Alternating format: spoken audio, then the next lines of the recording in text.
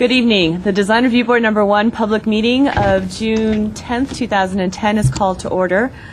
Please refrain from talking amongst yourselves and please turn off or put on vibrate all cell phones and pagers. If you need to talk, please leave the meeting room. Anyone who wishes to speak, including applicants, is asked to completely fill out one of the speaker cards provided at the table by the front door and submit it to staff. You will be called to present an item or speak on a case as desired. Anyone who wishes to be re-noticed about a project must completely fill out one of the postcards provided at the table by the front door and submit it to staff to receive notice of subsequent meetings. Current Design Review Board agendas are available by calling our Design Review Board hotline at area code 818-548-3171 or by visiting our website at www.ci.glendale.ca.us. A handout describing the procedures of the meeting, possible board decisions, and Design Review Board reconsideration and appeals is available at the table by the front door. Please note that all appeals must be filed within 15 calendar days of the Design Review Board decision date. The chairperson may reorder agenda items at his or her discretion. Roll call, Board Member Aliano. Here. Chairman Insua. Here. Board Member Palmer. Here. Board Member Yu. Here. And Board Member Simonian is absent this evening. Report regarding posting of the agenda. The agenda for this meeting was posted on the bulletin board outside City Hall at or before 5 p.m. on June 3rd, 2010. Oral communications. Discussion is limited to items not a part of this agenda. I do not have any oral communication cards. Chairman Insua, none? None. None. All right. Which brings us to the review calendar. At this time, there are no staff announcements, and there are 3 items on tonight's agenda. So at this point, I'd like to turn the meeting over to Chairman Insua. Okay. Good evening, everyone. The first project we have tonight is case number 1, PDR 2010-026-A. And if we don't have any comments or anything, we can go ahead and have the... Yes, Actually, there's been a request to reorder the agenda items this evening, which would bring us to the first item on tonight's agenda, which would be the project located at 624 Hawthorne Street, and the case planner is Dennis Joe. Okay, so everyone's My comfortable with apologies. us re-shifting. All right, so so the first project is the Hawthorne. All right, so, and then do we then... What follows after? Then there will be the Honolulu, the Trader Joe's, and then following that would be the Montrose Church. Very good. Okay, well, let's start again. Good evening, everyone. Why don't we do the first project tonight, and it is 1 PDR 2009-064-A. Project address is 624 Hawthorne Street. And why don't we begin our staff presentation? Good evening, Mr. Chair and members of the board. I will continue my presentation about the exhibits. I'm going to start off by giving some details about the existing property. The existing property was developed in 1939. It is a one-story, 1,111 square foot single-family residence with a detached garage with a non-conforming size of 310 square feet. The property size is approximately 6,500 in size. The topography is relatively flat and it's regular in shape. This project proposes to construct a 476 square foot first level addition to the existing single family home, also with a attached 2-level 1,255 square foot second dwelling unit, which is attached at the rear to it. Project will also include 2 attached garage, 2-car garages located right here and right here. And also it includes a facade remodel. The proposed attached 2-level unit will be a new second unit on the lot. It will include a 296 square foot first level, as hashed out over here on the floor plan. Also with a 959 square foot second level, and the second level floor plans right here. And the total of this addition for the second unit will be 1,255 square feet. There will be alterations to the facade to match the project of the addition at the rear, and as shown right here. The zone of this property is R3050. The neighboring uses are multifamily and also zone R3050. And onto the site planning, the proposed addition will primarily be located once again at the rear. And the interior setbacks from the east will be 6 feet, to the south 5 feet, and to the west 5 feet. The front will maintain its 25-foot street front setback. There is a 33 square foot addition to the front, which will be a foyer, as demonstrated here on this floor plan for the front unit. And there will be a common outdoor space, about 403 square feet at the rear, which is directly accessible only to the rear unit, which may suggest that there is some type of sole, I don't want to say ownership, but maybe sole purpose for that rear unit. The overall landscaping of this property will be changed. There have been, majority have the planting has been identified that be water-wise. However, staff has included in its condition that all planting material be resolved during the plan check process. Staff has included additional conditions to recommend to add additional landscaping along the interior side walkways, and also to provide additional trees at the front and the sides. There's going to be a new concrete driveway, a courtyard in between the two driveways. The garage, and it will provide access to these two new garages. Staff has suggested a condition that the new and the existing courtyard be utilized as some type of permeable surface, such as turf block or grasscrete.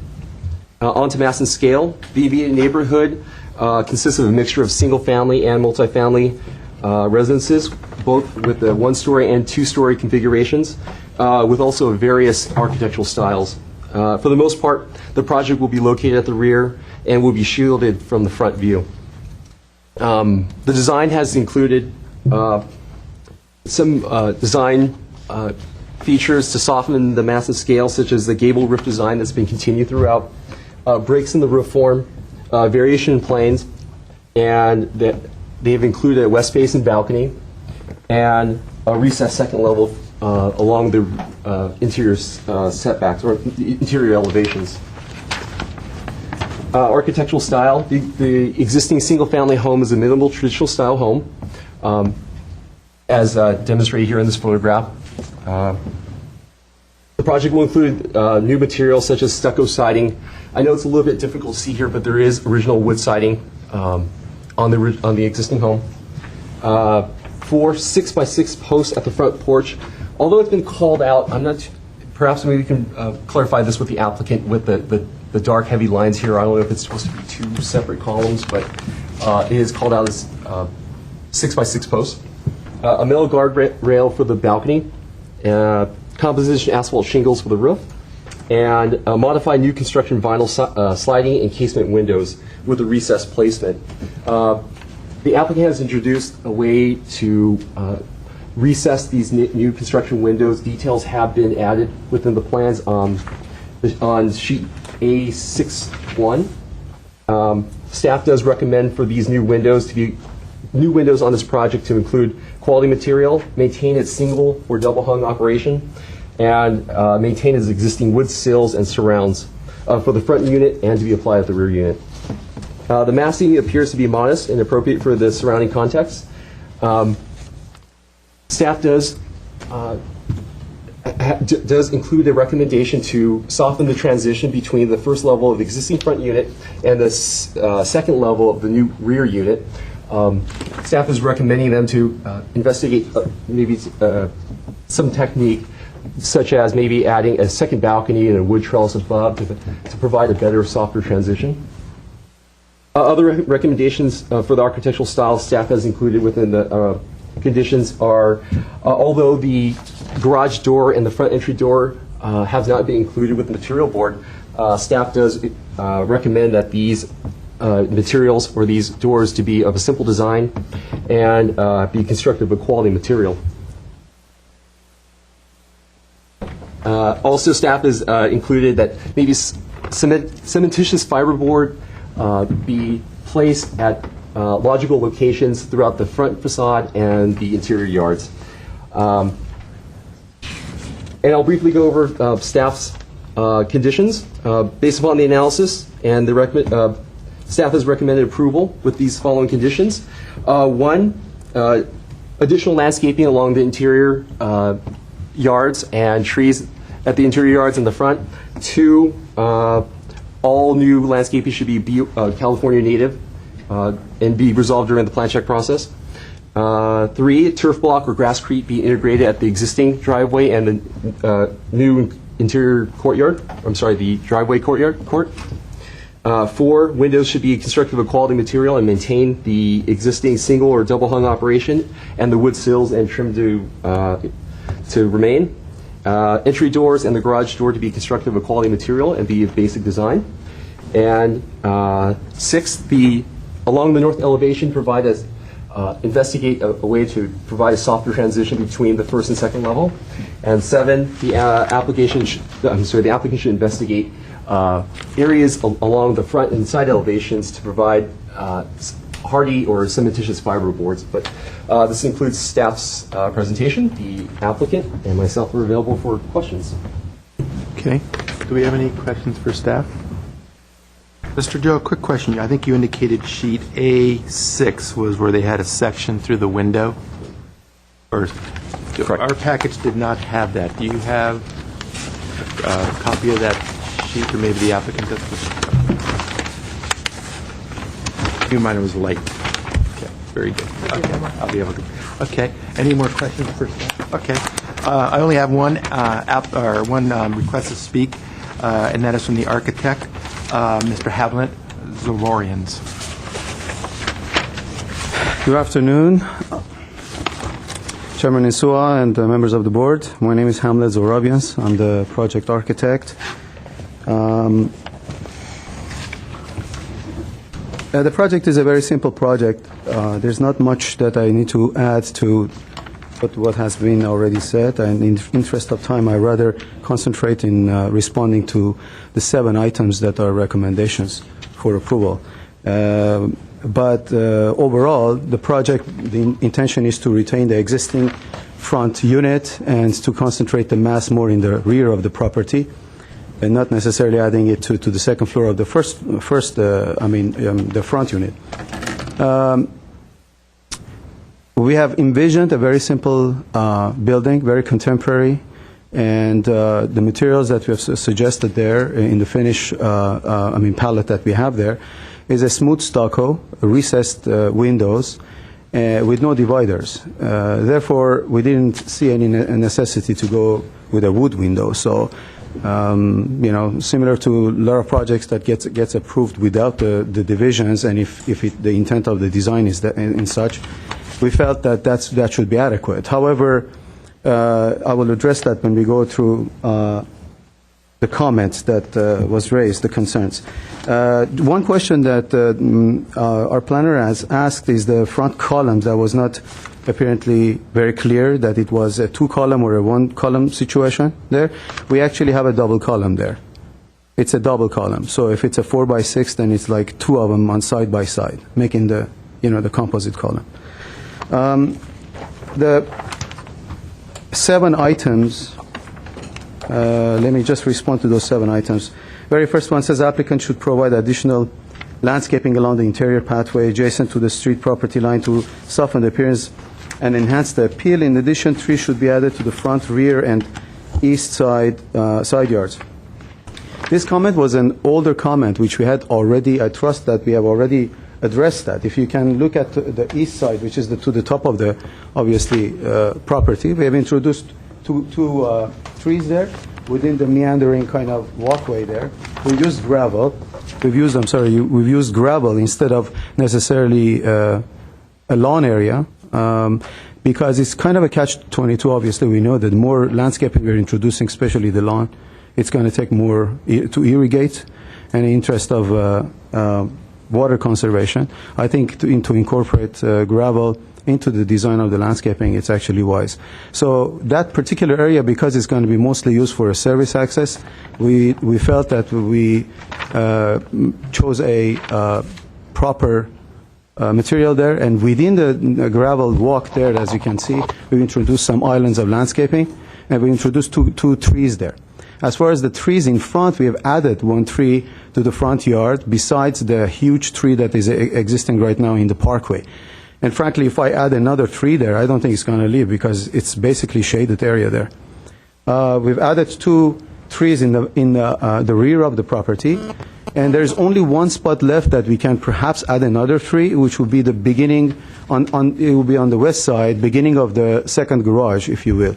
There we can actually add another tree if board requires that or requires that. And then as far as landscaping is concerned, that's about it. But I agree that if there is any species that is included there which is not drought tolerant, as is recommended here, we take that recommendation. During the plan check process, we will be able to insert those. I mean, the list can be checked. If there is any other plant material that we need to include, we will gladly do that.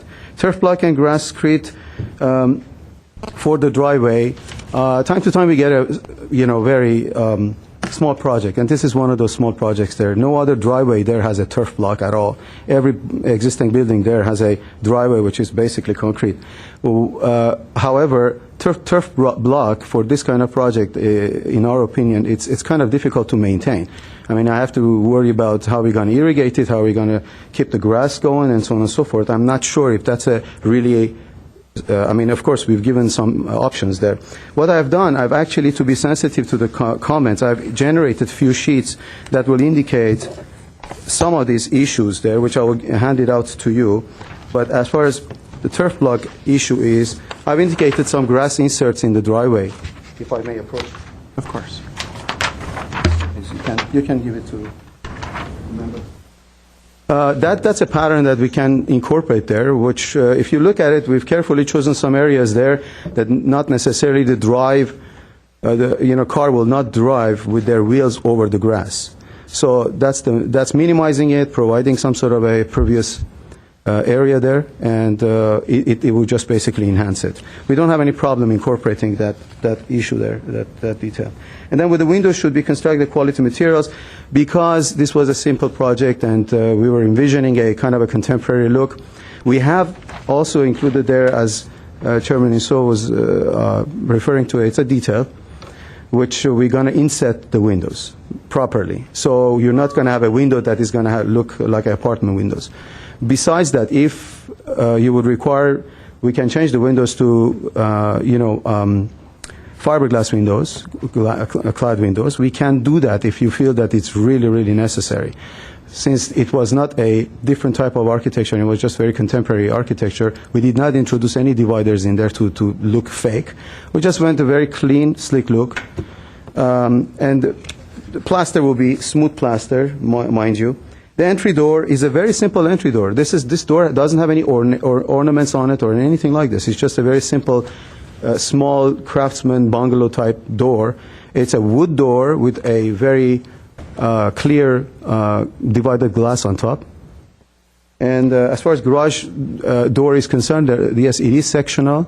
It is pretty simple. This is the simplest garage door that we can find there. And it's going to be sectional, and it's a insulated metal door. North end of the second story addition, here's what I'm responding to that comment. What I've done here, I'll hand it out to you, but I've drawn actual person standing on a sidewalk with an eye level, and this is the vision of that sidewalk. I don't think that area there is going to be visible at all, that greatly. Maybe in certain angles it will. We really went through it, and we would rather have a window there, which we have introduced there, rather than closing it.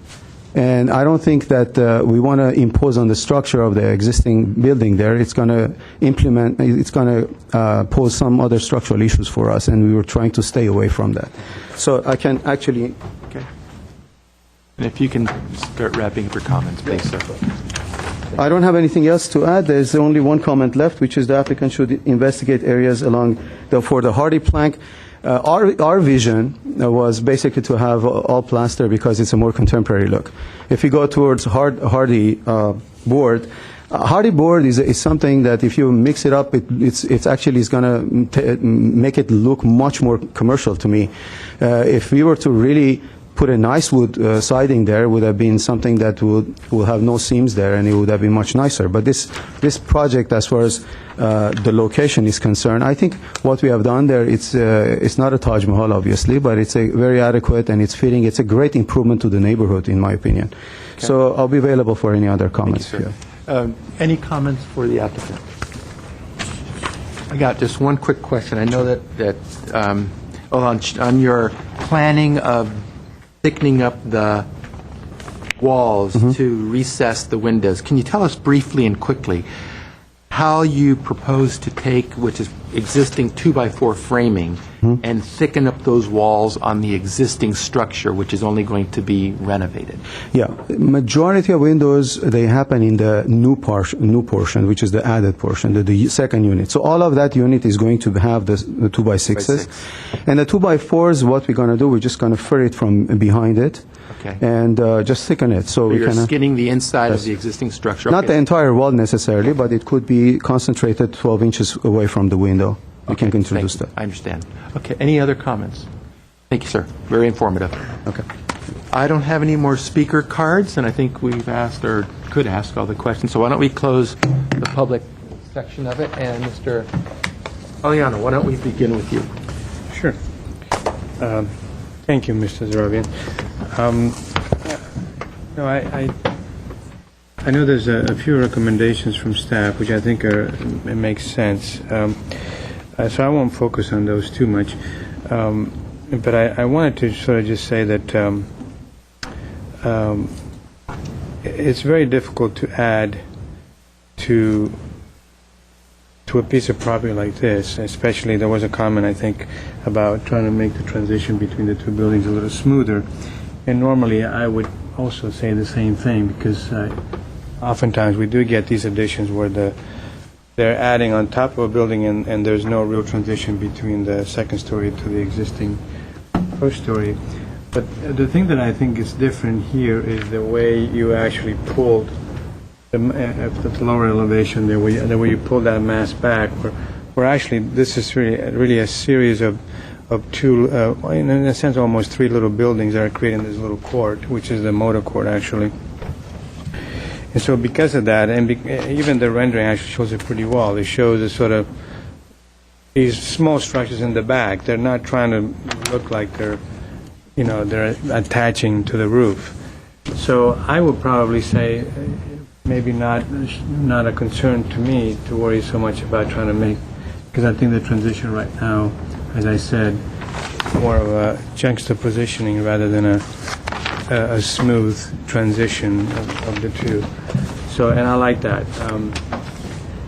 So generally, I think you've done a really nice job in trying to pull this off, because it's very difficult to do this. An existing building, trying to put another dwelling up on the second floor. And you also managed to work out that motor course. I think most of the comments that I heard from the staff, or the recommendations, have to do with that motor court and the landscaping and things like that, which I think you can address. I think, solid concrete in that courtyard, I do agree, it might end up being a bit bleak, because of the sun, hitting it, and just it will be a very bright place because of the reflection of the sun rays. So I would figure out a way to let some of that light be absorbed, either with the recommendations that are made or the ones that you're suggesting. And so the only really architectural comment that I'd like to make, which I think you might agree, is to sort of bring some of this language that's here, which is very nice in the front, if you can bring it here. I was looking at your site plan. It seems like when you're done with doing the radii, for both garages, there is a zone there where you could actually put some of these posts, perhaps with a couple of those posts and maybe a beam right underneath the edge that's overhanging that motor court. Because I'm concerned about, when you look up at that motor court, you're in the motor court, you're looking up at that overhang, you're looking at the balcony plus the additional overhang of the second story. You could very easily put a beam across the edge of that overhang, put a couple of these posts, in the zones, I actually marked on the site plan where the radii meet, and there's also another zone to the side that you could also put a few of these, and have basically this beam spanning those 2 points. If you can put more, better. It's even better, but I think you have to at least keep the opening clear, and then stay away from the radius where the radii connect for the 25-foot radius. And once you do that, you could easily take the structure that's framing the floor there right now and use that, maybe expose the underneath somehow and have some of those members kind of come out. So you get the sort of, post, a beam, and then these joists that are coming, sort of sitting on that beam, which is really the framing of the floor. I mean, if you can do it below, that's even better. I was just trying to figure out, I'm not actually going to try to figure out because I know you can do this on your own without me. I'm just trying to make a suggestion about how to maybe add a little more detail to that, because I think once you're in that courtyard, it's going to be a very nice little space, and you want to see some detail. Otherwise, how would you really treat the overhang? It's all going to be plastered, around the plaster all the way around. I think you need to deal with that ceiling and how that balcony and that ceiling come together, and that's just one suggestion, is to add a beam and maybe some exposed joists that kind of come all the way to the edge. And I think that's it. I think if the garage doors they're sectional, I think you said they're steel. They're going to get painted, correct? Are they the garage doors? They're metal. They don't have any pre-painted. Do they have that wood? So they don't have that fake wood grain on it, do they? Okay, good. So I think. And then I would also, if you can do the fiberglass windows, I think that would be a good idea, because then you get some really nice sections and you can paint them any color that you want. And I like your sections of the windows. I think I have it here somewhere. So I don't really have anything else to add. I think you've done a really nice job. We've seen these kinds of projects before, and they're not as resolved, obviously. Done a really good job at trying to pull all these things together. So I support the project. If you can consider some of those ideas that I mentioned, that would be great. Good. Thank you, Mr. Allen. Ms. Palmer, would you like to jump in?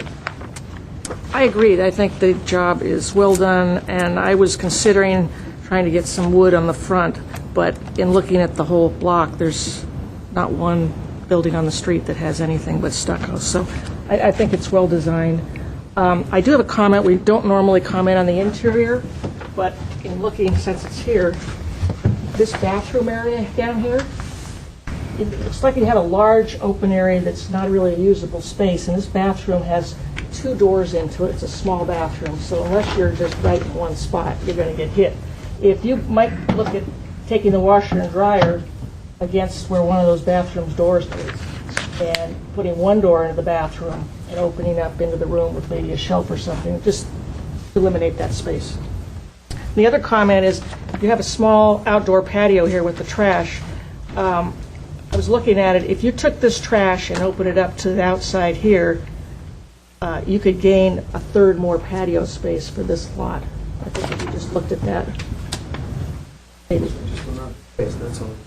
Well, I'm just saying, because you're coming in here, you've got steps that take up a lot of space, and those steps could really easily come up this direction and get a little more. So I'm just suggesting looking at that. The driveway area, I think you're going to have to replace the whole driveway. It says existing to remain, but there's a 2-foot section along here that's all dirt now, and to add to that is going to look like a patch job. Sorry? Okay. I'm just saying it said to remain here. And I don't necessarily think we should consider grass in this area. They don't have grass in the rest of the development. It's going to end up to be a small 6-inch section that dries out, and it'll be dirt. So I would suggest possibly using maybe a pattern with some permeable pavers and incorporate it into this courtyard, because you're going to be looking down into that courtyard. So make that a little more decorative. And the landscape does have numerous plant material that doesn't comply with the drought tolerance, but I would just look at that. You've got some shade plants that are in the sun, and maybe changing this area here to some more drought-tolerant grasses rather than what you have on there. So just re-look at the landscape. And I think that's my only comments. Okay, thank you. Mr. Yu? Thanks. First, I want to start off, I think it's a good project. I think it's an addition to the back, and it's always difficult to sort of match up to the existing and try to, especially to put such another sort of unit in the back of it. And, you know, it's sort of garage-driven because you have so much space that the garage takes up. And so I think it's a good remodel of the existing and then matching it up to the back. Just a couple areas that I was kind of concerned about. I guess we could start from the outside. The common area in the back, you know, it just seems like it's become sort of a private space for the second unit, basically, because it's so hard to access and it almost wants to kind of just break through in that corner and get to it directly. But I know that that's where the second unit entrance is. And I know that, you know, you probably studied it and, you know, you looked at it. But it would have been nice to sort of get there faster than going around the other unit to get to that space, because it's basically going to become a backyard of the second unit. I think that's how it's going to get used. You know, the entrance to the second unit, sort of kind of weird too. You're coming in and you have a small sort of, I guess for lack of a better word, almost like a lobby, a little space where you're just heading straight up to the second floor. Let's see, the other comment was, I think the rest of the elevations have been worked out pretty well. You've broken it up with different roof lines. I guess the only one that concerns me is sort of the existing one that's on the, what side would that be, east side of it. It's a little massive. Could you do something with it to break it up a little bit? Because it's right in the corner too, so that's sort of a big face that you see as you're driving by on the street. So, and I know we're not playing around with the planes any. Maybe we could just do something with the roof lines and the fascia pieces or something with it. So, maybe afterward. Maybe afterward. Thank you. We can comment on it. So, but I think all in all, and then the driveway, it would be nice to break it up somehow, either with score lines or maybe some color or something, even if it's not a grass patch per se. But yeah, I think it would be nice to break that up because there's going to be an area that's going to get used a lot because that's the main yard that everyone's going to use, I think. I believe the applicant submitted. Right. I mean, I like the patterning of that, but you're right. I mean, they're just going to become these dead dirt grass areas. So maybe because of the grass challenge, maybe we just need a Could be a paver contrasting, paver contrasting material. Okay. Yeah, I think that makes a lot of sense. It's going to make a big difference in that project. Okay. Is the question that may have the applicant come up, is it a question, or is it just a thought, or is it actually something you want to discuss? Is it just a thought that may not impact the I think it's a thought. condition? If he has a solution for it that he can share with us, then all the better. We get it resolved. Okay. Well, why don't you come up real quickly and just, as brief as you can, please, to just try to address the question. Thank you, sir. I guess the question was about the existing portion there, right there. Yeah, what I can do there, I have to check the setback to see if it's doable or not, because a roof line I can do. I think I can do exactly what I've done on the west side to return another line Yeah. there, which will be about it will break it up actually. It will give you a 12-inch return, but I cannot promise you to have a undulating wall there because it might not happen because of the existing setback. I'm not sure. If it's all possible, I don't mind furring it and pulling it out a little bit. I mean, if that would be possible, so we can check it out if you. Sounds good. Yeah. But the roof definitely I can do, and I think that portion is of it which is actually visible. The adjacent building, frankly, is pretty close to it, and you're just not going to be able to see. But I mean, I can return that I'm okay one. with that. Yeah. Thank you, sir. Thank you. Anything else, Mr. Yu? Nope, that's it. Okay, doke. Well, I'll be quick. I I'm sorry, Ms. Power, of course. I forgot to mention, it says here that they're using the existing gates, and the gate that's on the sketch is much more simplified, and the one that's existing is ornate. I would, I think, of course. Just to clarify, no, I mean, that's a typo. We're going to actually have that simpler one that we're showing in the perspective. We're More in not, common with obviously the something that will go with it. I mean, we're Right. not going to keep that. More in keeping with the railing of Yes. the balconies. Yeah, stuff. and Okay, doke. that's the way. Thank you, sir. and the only other thing was, if there's room, I might suggest putting some vine pockets along the west side of that drive For the driveway. on the wall. Yeah. Okay. If I may add, just in regards to the existing portions on improving it, there may be setback issues because that existing portion is a non-conforming setback, which he's not touching. So just wanted to add that. Okay. Okay. Well, I'll just summarize a couple thoughts. I wish that we had a little bit more architectural material, a variety of materials, especially in some of the interesting areas of the structure. I think since it is still a residence appearance at the front, losing a little bit of the maybe brick or material or something, different wood material, something I think would be more interesting than doing it all stucco. So it's just a thought that I wished we could introduce a little bit of more architectural variety of materials. The windows, whether we feel that vinyl or fiberglass, it'll be something I think we all talk about. Fiberglass are obviously better. There's a very better quality inherent with them. But I think, Mr. Simonian, you thought that, or Mr. Alano, you thought that fiberglass would be better. I would support either. The thickening of the wall on the existing structure, I think we should just put it there so that if you're doing it on one wall that's new construction, that the existing house would have interior furring, which would then give you the exterior depth profile.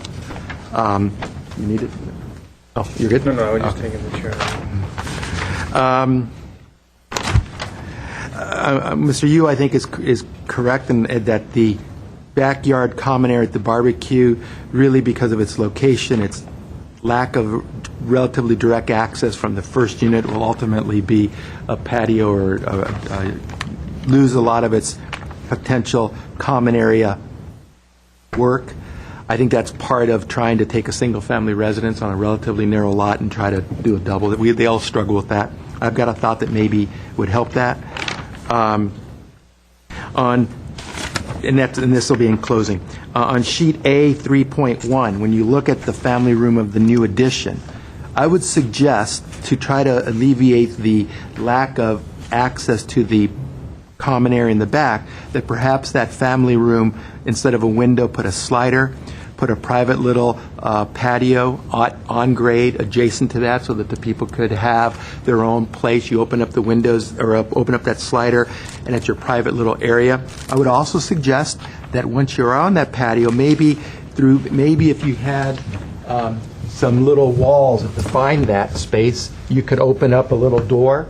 Since it's private, no one's going to get back there anyway. But let's say, for example, from here to here, slider, you got this little patio here, maybe a little door or something that allows you the ability to use that. So if you're barbecuing and stuff, you can come straight back here and go straight into your kitchen family room instead of having to circumnavigate the whole world and go around there. You have more direct access. I think it's user, very private, and you'll be able to, you can see yourself barbecue. You can out there with your little lawn chairs, whatever, you go grab your burgers and there you are. So it's more direct and it doesn't really cost any more.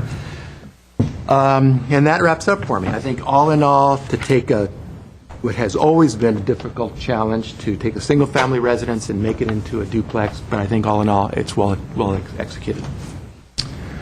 Okay. Any comments in addition to that? And maybe we can focus in on some of the key points that each of us may want to have in this comment section. Okay. Mr. Joe, why don't you summarize some of the things that we talked about and see if they hit all the stuff that each member here may have wanted to discuss.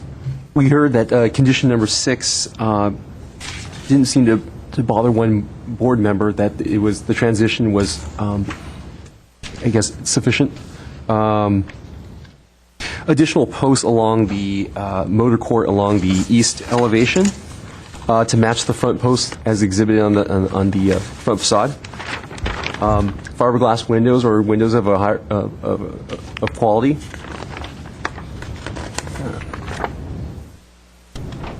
Using permeable pavers at the courtyard, and I believe at the interior side yard also along the west. Is that if I heard that correct? I seem to recall that when we look at the latest driveway drawing that the applicant gave us, I think we were more with, we don't mind the hardscape, but that there is an architectural contrast between the pattern of the larger area with a defining pattern. Yeah. Okay. Was there also a desire to have some permeability so that would be treated as pavers rather than colored patterned concrete? I think just the concrete with the permeable pavers with the inserts per this new plan would be Okay, sufficient. thank you. Add vine pockets along the west yard. To the wall. To the wall, basically.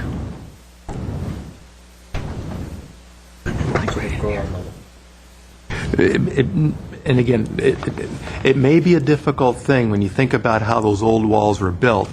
You've got a spread footing. I see that's an existing wall. You got a spread footing to try to put those vine pockets in. You're going to have to saw cut concrete, saw cut foundation, and it may compromise the integrity of those walls, especially since they were not designed by that. And you may never get what you want. That's just the thought, construction-wise. Come up. And the last thing I have on my notes is to provide a sliding door for the front unit at the family room to provide access to the common outdoor space at the rear.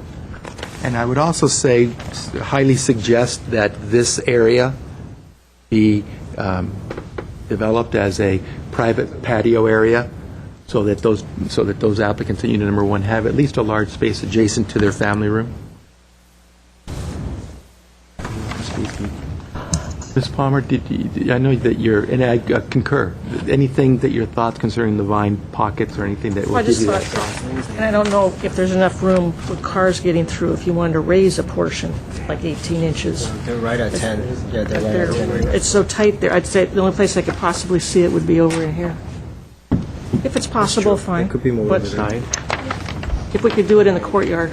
As you drive up. Right. We're talking about pockets, courtyard area. You might not be able to do it alone. The vine pockets? We do raised ones. Okay, so if I'm hearing you right, where there is space outside of the driveway and the radius for the turning radii for the garages, possibility for vine pockets along that wall that would avoid any spread footing, so they could be maybe out 6 inches or so from the wall, as long as they don't conflict with the driveway, the motor court pattern turning radius. Okay, we got that. I have a few other comments I wanted to check to see if they were considerations or conditions. In addition to adding posts in the motor court, Board Member Aliano suggested additional beams and exposed structure for the underside of those floors to give a little bit more architectural interest for the balcony and also the underside of the eaves. Is that correct? A similar treatment? Is that what you're saying? No. The overhang. Only the overhangs, okay, of the floors, so that they're not treated with stucco, they're treated with exposed wood. If the applicant wants to come up later, I guess. Well, let's do this. Yeah. Let's finish the comments Yeah. and let's see. And then there was agreement on the detail sections of the window, but what we did here was a consensus for fiberglass or other windows and not the vinyl. Would that be a condition, not a consideration? I could go either way on that one. Not sure if we... Because the existing windows are vinyl, right? I don't think so. Dennis, are the existing windows in the house vinyl? Well, the existing windows exhibit along the front are the wood hung windows. And everything's going to be replaced. Everything will be replaced. That's correct. And that's why we're furring out the existing walls. A matter of our choice. I'll leave that when he comes up, maybe we can ask. And if you do go with conditioning fiberglass window, or recommendation on a color choice would be useful for staff. Also, we did hear a couple of comments about the location of the common open space. Was there consensus that a sliding door at the east side of the front unit with a private patio that would be adjacent to the path to the common open space was sufficient to resolve that site planning concern? I believe it was, yes. Okay, good. We have the pattern in the driveway should be broken up with not grass, but with pavers, so that it's not just a pattern concrete. There was a discussion about variety of materials, and That was for me, is sort of like it's fine the way it is. so would you like the record to show consideration to use I would say consideration of introducing a variety, at least one additional. such as That could be at the architect's choice. He's Okay. very talented. Wood, brick, whatever, there's a myriad of things. When we say brick, we don't just mean brick, but these kind of mid-century kind of architecture homes, you can see, brick at the front that's not red brick, but it's flat brick. So its ratios are flat in law. like a Roman type? A little bit, Yeah. and a consideration. Okay, as a consideration. Let's see. And that's all that I had in my notes. Hopefully, we didn't miss anything. Oh, and that we should note that simpler gate, as shown in the drawings, to be used because the existing gates will be replaced. Great. Thank you. Yeah, but let me, forgive me. So that we can, I believe when we wanted to introduce more materials at balconies, the architect thought about structure and how it's going to work. And I don't pretend to know everything, believe me, I promise. But when I look at the floor, when I look at the site plan here, I could imagine, and when you combine that with this elevation, I can imagine that this architectural post, these double posts, could you imagine a few of those double posts on top of the trash area with a little bit of overhang beams here, and introducing that little same design over here so that you have definition to those entrances? Maybe that doesn't become a structural element, you just build it because it's part of the other stuff. It was a thought that came to mind. Right. If you still think that the applicant should come, please, let's. Yeah, I think he Please. wanted to comment on the other side. Okay. I think he understands that I think he can do that. Okay, shall I state my name again, or just... Please, quick. My name is Hamlet Zorabians. I'm the project architect. That comment is well taken. What we can do there, actually, as both members suggested, we'll have a horizontal beam there, and perhaps some other beams that are supporting, kind of underneath posts underneath there. So some sort of a trellis, but not really completely trellis. But what I was suggesting is that between those, I still going to have plaster underneath. You don't have to go with the tongue and groove and stuff. That would be out of place. If I have to introduce, a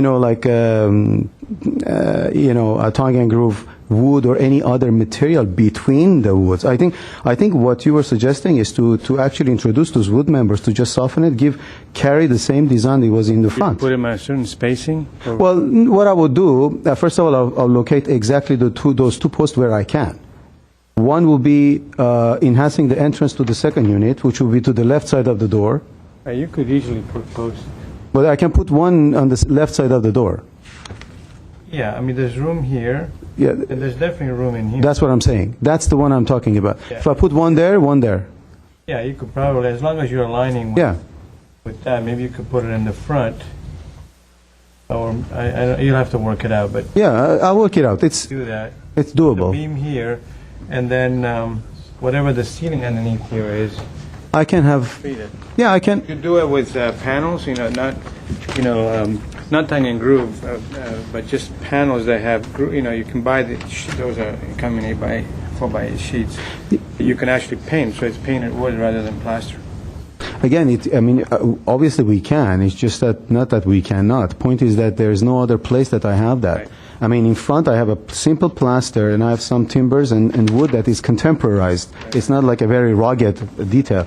So what I was planning to do is just to take your suggestion, introduce two columns on the sides, which way they're going to support a beam, and then on top of the beam I can have perhaps roof rafters coming out, a heavy roof rafters maybe perhaps 48 inches on center. That's okay. Yeah, that would be the And then there'll trellis be a look. gap between the beam and the actual ceiling. Yeah, and then it will be plaster basically. You and can the also rest of it. block in between so you don't see through. Yeah, I mean, I can bring it and just sit on it, and instead of having a panel to put, because that's going to be a foreign material to That's me. fine. So, but the gap, so you do a beam and then you put and then would you, well, how about blocking in between those? That way you don't see through this. Yeah, in other words, the other members that are coming out, it's as if coming from the floor out. So in other words, I would cantilever out. You know what I mean? Yeah, It'll be just like a. I mean, I think you're in the Yeah, I spirit mean, of what I I'll- don't want to design it for you. You guys can work it out, but I think the spirit is there and you Yeah, understand. yeah, I understand I'm that. okay with it. Okay. Mr. Allen, would you consider giving them the option of either putting that or not? Because, I mean, just looking at it, the location of the columns and everything would not be sitting right at the edge of the... Yeah, they'll be in. They would be inside 2 feet, That's why which I is think totally you know, different they characteristic need of to what work. the other I think parts. he needs to work with staff. If they can work it out, great. And if not, Okay.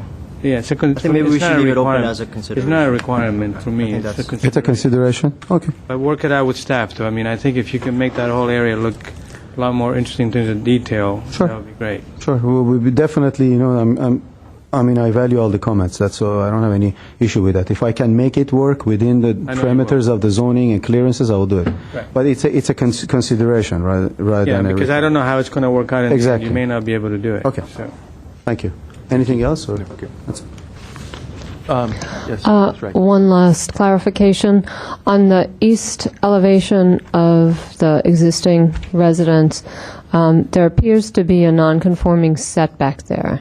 So just want to make that clear because there seemed to be agreement on furring out that wall, but I don't think that will be They're possible. going to fur it from the inside to thicken up the windows, you mean? No, she's talking about the large base. I think at a minimum, we'd like to see another fascia piece come down to sort of separate out the... Oh, okay. Okay, so similar to Do something to the protect that. west side. Okay. If possible, make it further, maybe not touch the ground so it becomes an overhang or something. And that will be possible to do because it's in the eave, and the eave can project into the setback. Very good. Thank you. Okay. Why don't we quickly summarize what we have at this point and see if we're good to go. Wow, okay. Pardon? That was it? Does everyone know what they're voting for? I'm voting. I know what I'm voting. Everyone comfortable with what they got? All right. Do we have a, I'll move that we approve the project based on the conditions mentioned. And recommendations. Yeah, I second that. Are we eliminating, just a clarification, are we eliminating condition number 6? Yeah, I'm okay with eliminating conditions. Yeah, I'm okay with that, too. In elimination, condition number 3 regarding the turf block? Yes.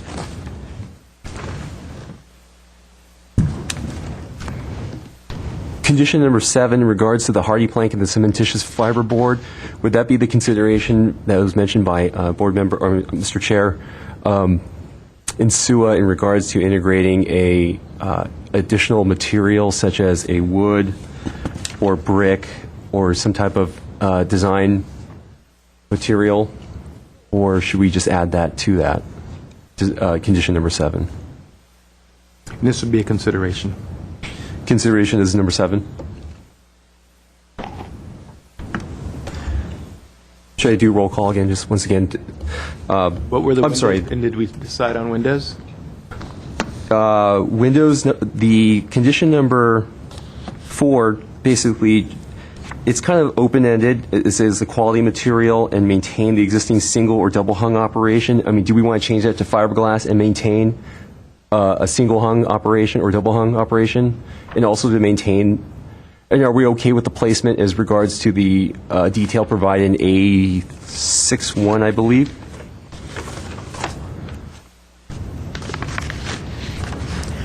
Everyone comfortable with what you're hearing?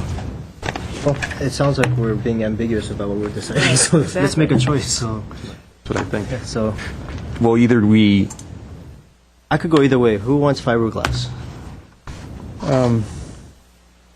I mean, I think of fiberglass, it's more expensive, but given the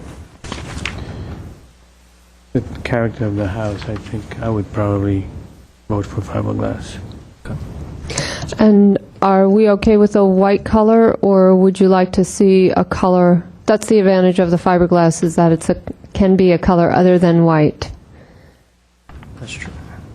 And you don't have to specify the color, just let us know if you want to see it other than white. I think for me, if you can work something with the applicant, if they come up with ideas, I don't want to push one or the other.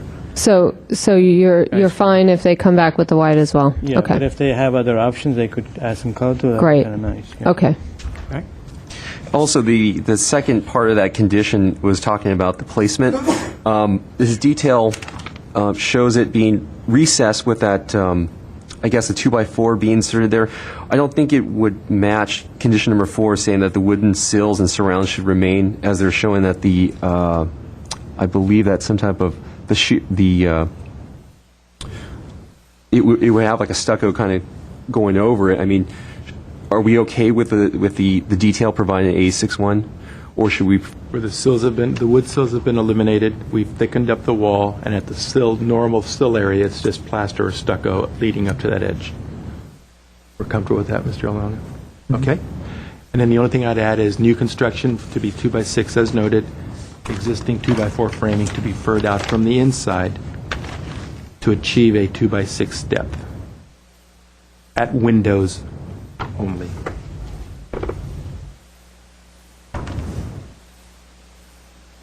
Okay, we'll gain that. Okay? Should we do another motion in regards to the? No. Okay, this will be roll call. Please roll call. Okay, Board Member Aliano, Yes. Board Member Palmer, Yes. Board Member Yu, Yes. Mr. Chair Insua. Yes. We have a 4-0 vote with one board member absent to approve the application with the conditions. Very good. Thank you. Thank you. 2-minute break or anything to keep going, or we're good to go? 2-minute break. Okay, why don't we take a quick 2-minute break? Because we have the big one. Yeah, let's just make it quick.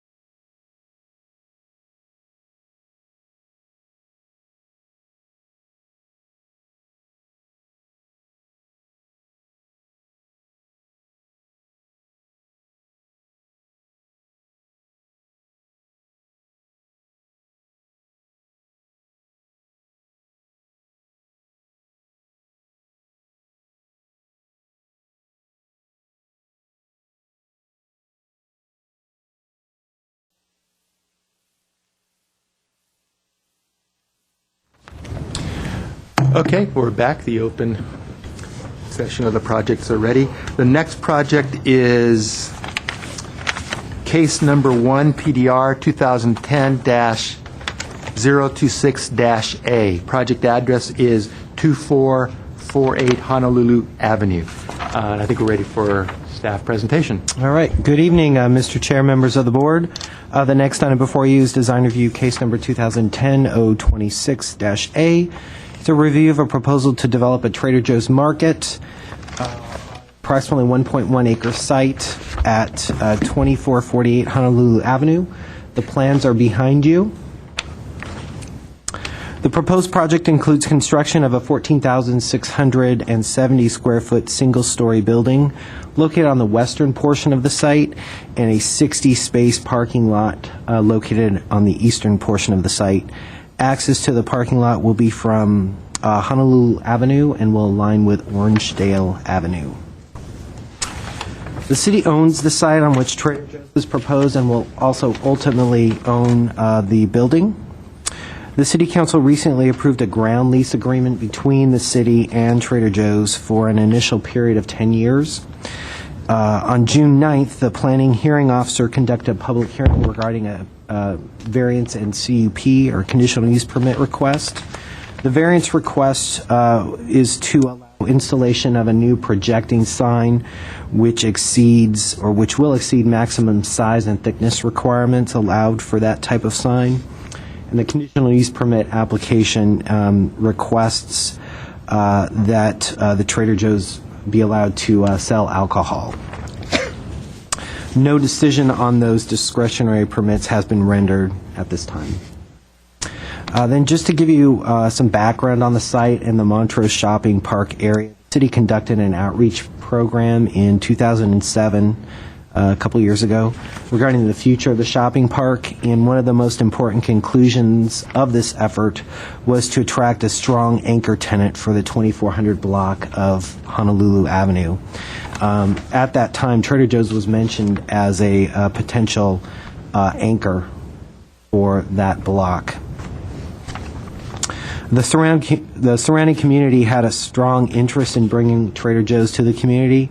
2 community meetings were held with representatives from the Montrose Shopping Park as well as the Montrose Verdugo City Spar Heights Neighborhood Association. This community, the city, and Trader Joe's worked closely to bring you the design that's before you this evening. The urban design guidelines identify the site as located in the Verdugo City and vicinity area, which is considered a neighborhood commercial designation.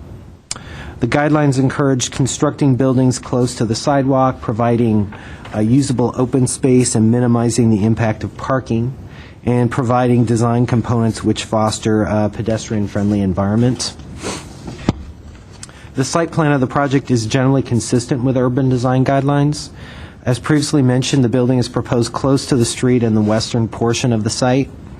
A driveway accessing the loading area, which is actually located within the building, roughly aligns with Sunset Avenue. An area for outdoor flower sales and seating is located immediately east of the entrance to the building, which is in the northeast corner of the building. Given that the project site is wide in relation to its depth, it would be difficult to develop the site in a manner which would significantly hide the parking or the parking lot. However, the visual impact of the parking is reduced by the use of a hedge of shrubs, or a shrub hedge, and magnolia trees in the area between the parking area and Honolulu Avenue. Landscaping is proposed between the building and the western and southern property lines, between the building and the parking storage area for the bicycles, and within the parking lot. The proposed plans generally contain drought-tolerant plants. Trader Joe's is proposing to demolish and rebuild a portion of the wall along the southern boundary line to assist buffering the project with the single-family houses to the south. The majority of the proposed one-story building will be approximately 23 feet in height. A rotunda element located in the northeast portion of the building to help delineate the building entrance will be 30 feet in height. 2 two other tower elements above the loading zone and in the southeastern portion of the building are proposed and will be about 27 feet in height. The building is set back 5 feet from Honolulu Avenue, 5 feet from the western property line adjacent to the mixed-use building, and 10 feet from the southern property line, which is the property line adjacent to the single-family houses. The mass and scale of the proposed building is consistent with the surrounding context. The mixed-use building to the west is built close to the street and steps from 1 story adjacent to the street to 3 stories in height. The majority of the other commercial development along Honolulu Avenue, including the nearby Montrose Shopping Park, is 1 or 2 stories in height. The location of the building will provide an effective street edge, which is common in the area and is an important component in the urban design guidelines. The design of the Trader Joe's Market is inspired by early 20th century architectural style prominent in the Montrose Shopping Park. The building base will be faced with steel trowel plaster. The north and east elevations will be faced with a Robinson Waterton brick veneer, although the brick detailing, including the headers, sills, and dentils, will be constructed out of full-size brick. The upper portion of the corner rotunda element will be faced with a sand finish plaster. The south and east elevations will also be faced in this manner, except at the 2 secondary towers, which will be faced with the brick veneer. There will be an anodized aluminum storefront in a dark bronze finish. These are proposed within the north and east elevations, and then a canopy is proposed between the upper and lower storefronts on these elevations as well. Lighting fixtures will be aluminum, and they're customized to be consistent and complementary to the building. The proposed architectural elements are or will reinforce the proposed design concept. It's around the material board with the samples. The Montrose Trader Joe's will become the first Southern California Trader Joe's to become a LEED certified building.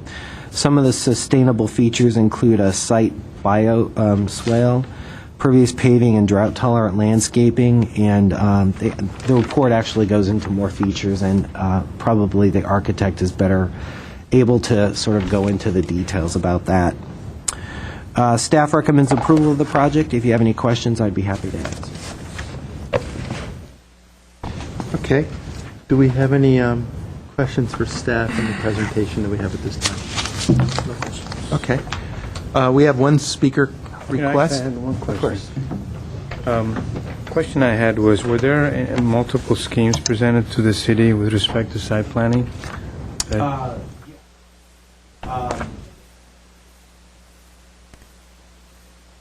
Your mic, is it? Okay. There were multiple schemes presented, iterations, and the one before you was the final. The architect can tell you how many. I think there were probably like 25, or Alan can go into that. If I may jump in, since Alan Loomis, since I worked with the architect on the project, in fact, the site planning strategy to a certain extent was actually developed by staff and presented to the architects, and they reviewed it themselves and then elaborated on it. I think what Roger was suggesting in terms of 20 schemes actually had to do with the styling of the building. Oh, yeah, sorry. There are really only 2 site plan alternatives. Okay. Anything else, Mr. Aliano? That's it, thank you. Yes, I believe we've received a number of letters in support of the project. Yeah, we have, let me get you copies. And a couple of members of the public that also wanted to speak, I believe, in support of the project, did have to leave earlier. Okay, yes, because we got one speaker. So are you saying all the letters that you received were in general support of the project? They were, and I spoke to one gentleman on the phone who was concerned about traffic and parking issues. Okay. He didn't submit anything to me, and I think he was going to try to come tonight. I I don't know if he did or not. Okay, well, I got one card, so, And redevelopment agency staff is also here if you happen to have any questions. given that the letters were all in support except the one that Mr. Wasn't a letter, it was on the phone. Comment, do we need to have him print those letters, or? Actually, they're already printed. They're just in very the good. in the Well, files. if we need for them to help us, we got them here. Okay. Anything else? Suggesting we turn it down? No, I'm just saying that, since this is a lead project and we want to be sensitive to our resources, printing something that may not be necessary would not be in keeping with the nature of the project. Anyway, if there's nothing else, let's have the applicant make a presentation. Okay, the applicant is Mr. Kip Craig. Your name and address, sir. Thank you, Mr. Chair, board members. My name is Kip Craig. I'm the architect and applicant agent for Trader Joe's. My address is 814 West Chapman in the city of Orange. I just wanted to tell you it's been a long time to get to this point. Most people probably want to not be in this meeting, but I have to honestly tell you this is a good point for us to be at. We did go through many iterations on the project itself, building-wise. I think there was actually about 27 of those schemes, and probably many options to those schemes as well. But we've gotten to this point. We're all excited about the project. I think city staff has helped us immensely to try and get to this point. Trader Joe's has been very supportive. And what I don't want to do is waste a lot of time in trying to explain how the building was developed or what it actually is. But as the architect of record, we worked with city staff pretty closely in developing the process through which the building is presented today. And it has a lot to do with the architecture of the community as it is in place right now. All of the architectural elements have been taken from photographic research, site surveys, many walks along Honolulu Commercial Center space.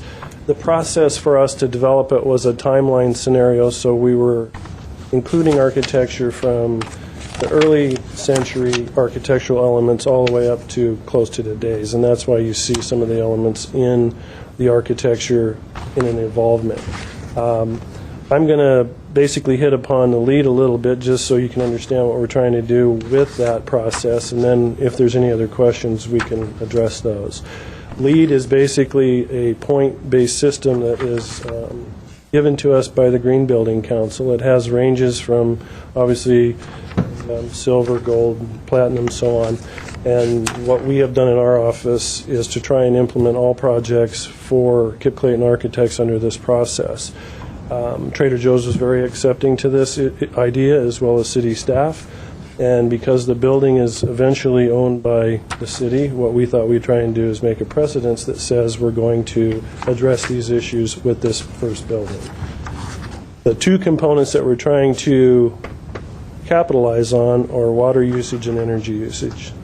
Because of the operational procedures of the building and what it has in it, being a store with refrigeration, those two components are easily adapted into conservation, reuse, and a manipulation within the building's integrated systems to give us things like irrigation water, refrigeration for cooling, and heating for tempering the air conditioning. So that's the primary goal of it. With use of recyclable or able to be recycled materials, local vendoring, irrigation controls, and so on, we probably are hitting a high gold application focus. So with all that being said, what we'll try and do is answer some questions, get through the process a little quick, and see where we go from there. But I thank you very much. Thank you, sir. Why don't you stay for a moment? Do we have any questions or comments we want to ask the architect? I have some technical ones, if you want to do it now or after. Whatever you're comfortable with. I just wondered what your, I noticed you've got the bioswale there, but it has a curb around it. How is that functioning, and is it to get the parking lot water, or what's the purpose? The site plan, and I'm not sure if it's indicated properly in the drawings that you have, but there are areas within the parking lot that have paving that is impervious so we can collect the water. The bioswale is going to have openings within the curb face to allow us to collect the surface water. The bioswale is not quite large enough to be considered an actual bioswale by technical terms, but because of the way we're presenting the parking lot in and of itself, we're going to try and use all of its capacity for that context. I hope that answers your question. I know that answers the question. The other one, did you consider using solar? on this Yes, we project? did. We did consider using solar. What we wanted to try and do was basically remove off of the roof all components of mechanical devices. The cost parameters for what we were able to use electrical energy for a solar power application were a little bit beyond what was a consideration for cost versus benefit. However, hot water applications were considered, and they are a viable option only with the temperate heating and conditioning of the space requirements within the building. But that is not necessarily a function that is an everyday use. So the cost parameters for that application were also considered and removed from the project's application process. But we did consider them. And my one last question, and I might say I just haven't found it. What is the canopy material? It is a bronze aluminum or an anodized aluminum metal product that it has an integrated gutter and downspout system within it. It will be roofed on the top, and it will be metal panels on the bottom. Thank you. Any more questions for the applicant architect?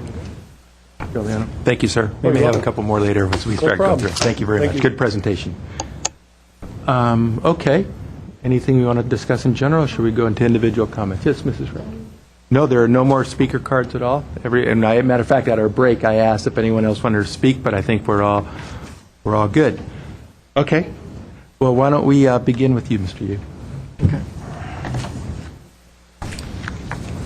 Thank you for the presentation. I think it was a thorough sort of explanation of how you attempted to get all the points for the LEED certification. I think that was a good summary of it.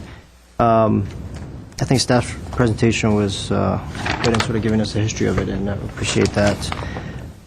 I think it's a great project. I mean, it's exciting to see it sort of go up in that area, and the materials that are used, sort of I know that sort of the site planning of it, we'd prefer to sort of hide the parking a little more, but I think looking at it, I think it makes sense the way it flows. Not having two sort of driveways or in and out of that area also is very good, because you always see sort of a driveway right in front of the entrance of a Trader Joe's, and it becomes very dangerous in that area. And so it's good not to see it right there, but a little further out on there. Again, the materials, I think the material board shows that it's going to be a quality sort of finish, and not something that it's going to be banged up and easily destroyed. I was a little worried about the foam part of it, but I mean it is encased pretty well in the concrete portion of it, and it's sitting really high, so I mean, unless birds or with hammers go up there or something, I think it'd be okay. I mean, I think I'm excited. I think it's going to be a great project. I think some of the questions that you had about the bioswale were answered. I think I'm ready to support the project. I mean, Excellent. it's ready to go. Okay. Mr. Giuliano, why don't you help us along? Okay, very good.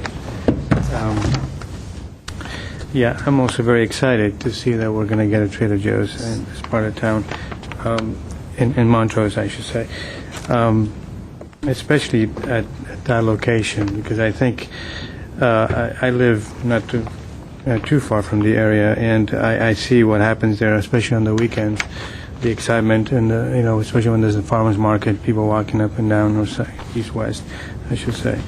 And throughout the years, I've always wondered, what would happen at that end, and what also would happen at the other end, which is the intersection of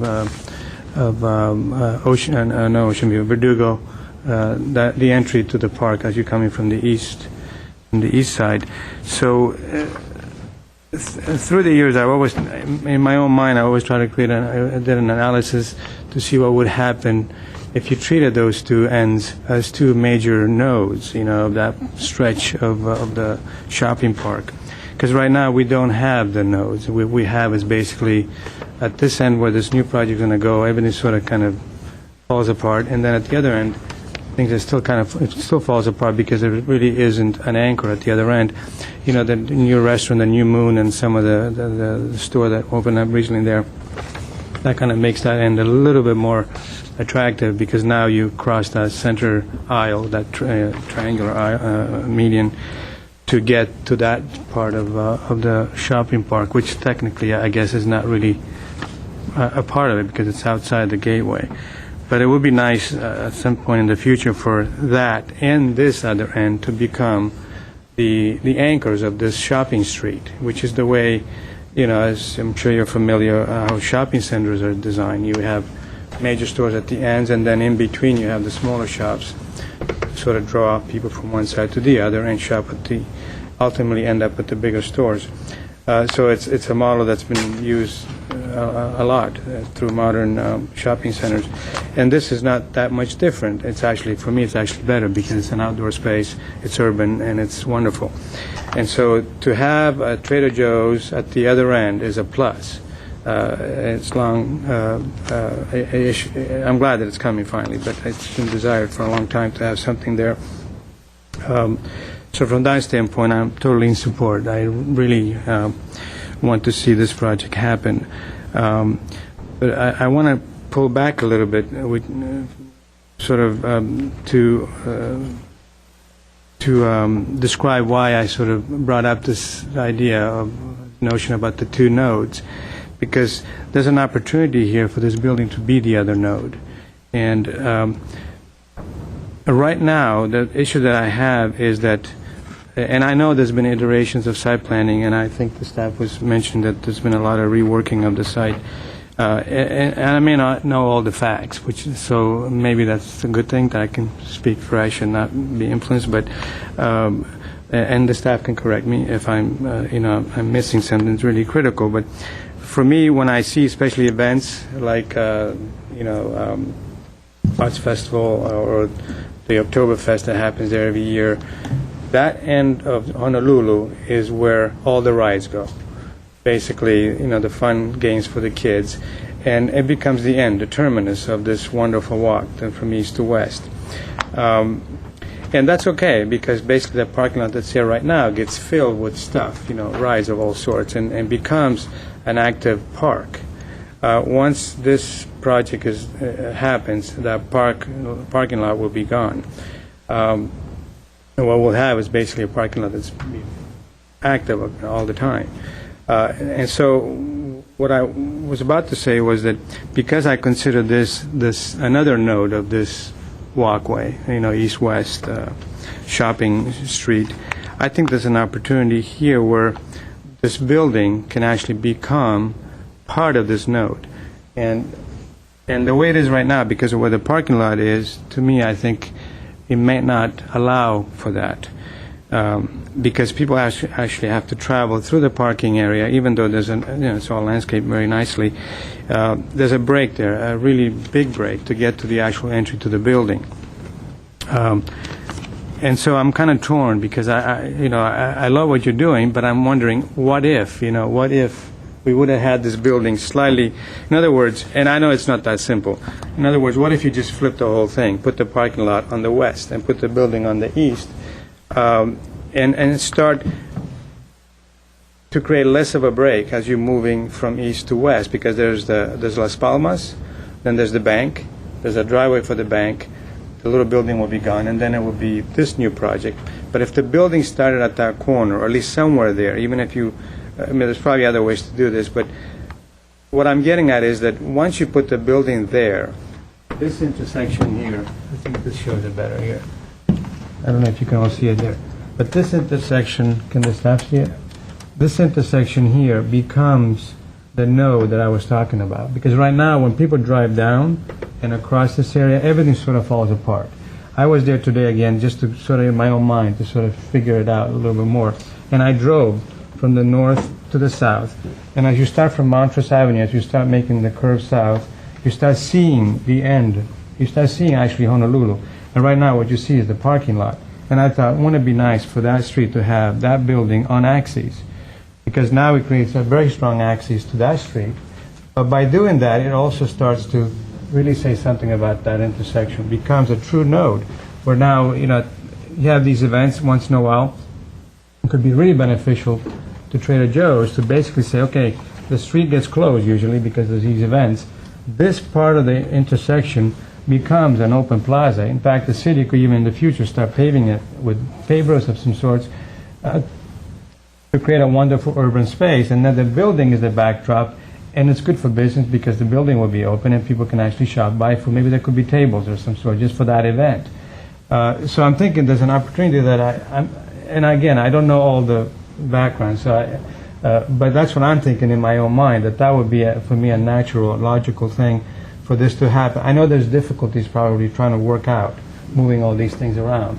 But in my own mind, I want to understand, is there a possibility to do that? Or am I just completely, crazy?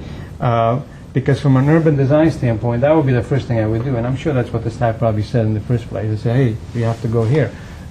Things probably got difficult in terms of site planning, and now we are where we are.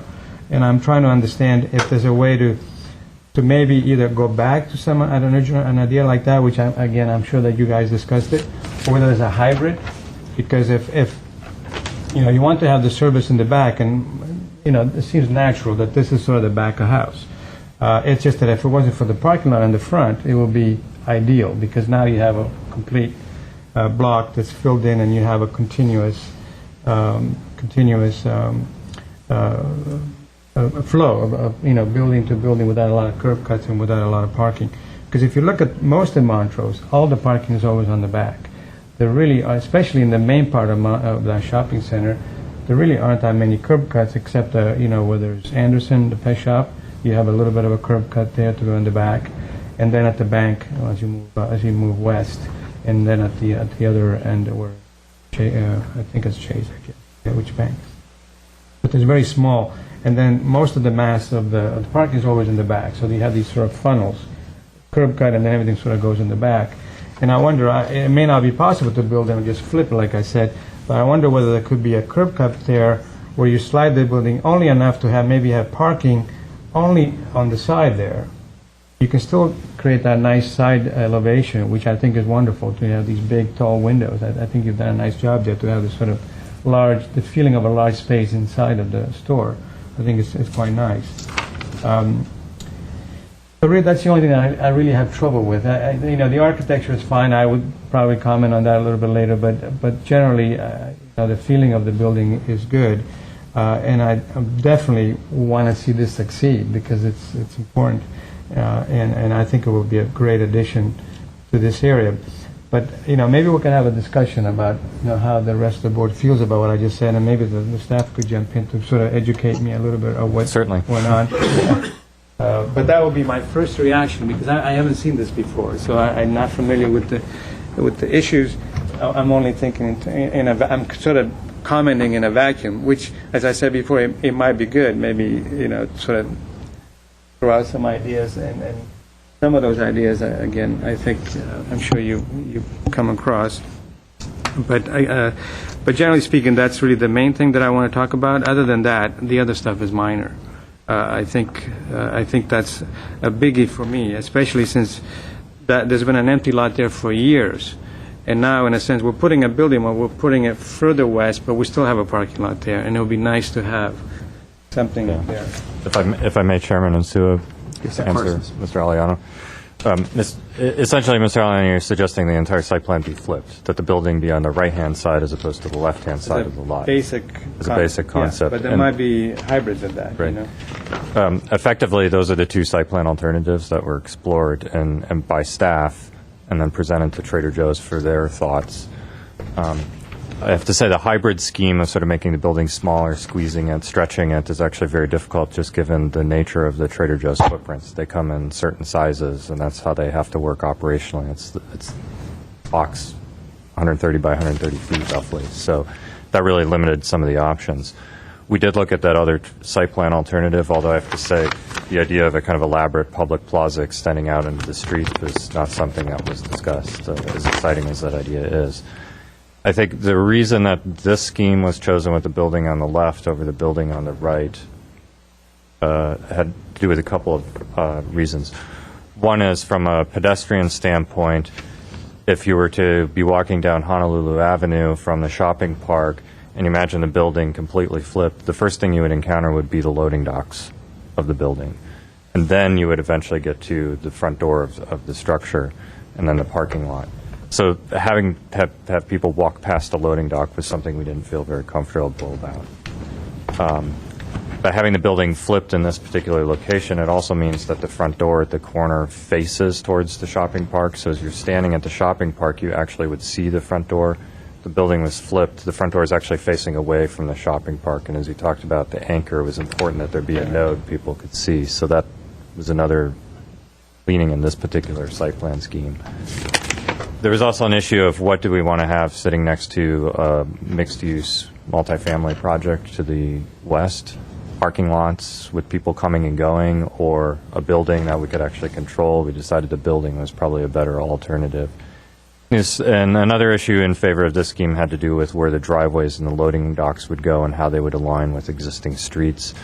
This configuration allowed that the driveway could actually align with an existing street, and we could put a stop sign in there. As we know, there's a lot of traffic in and out of Trader Joe's, and that seemed to be, the alignment was better from a traffic management standpoint. So that was the reasons why we chose this scheme, this site plan alternative, as opposed to effectively flipping it. And those were the two alternatives I mentioned that we looked at. That's kind of how we arrived here. Well, yeah, I mean, on a basic level, that's really, if you flip it, what would happen? And I thought about that, too, because when you do flip it, you get the loading dock there, but there has to be some reworking. You can't just flip it, because now you have a loading. I mean, another thing to do is to slide it down. What would happen if you actually slide it down? You would have to make the building narrower. In other words, create an alley in the back, so you can enter and then get to the parking lot. In terms of entering off the alley off the back, the fact that there's single-family homes behind and to a certain extent below that, below the property was also concerning. We want to mitigate as much as possible any kind of issues that they might have with the project.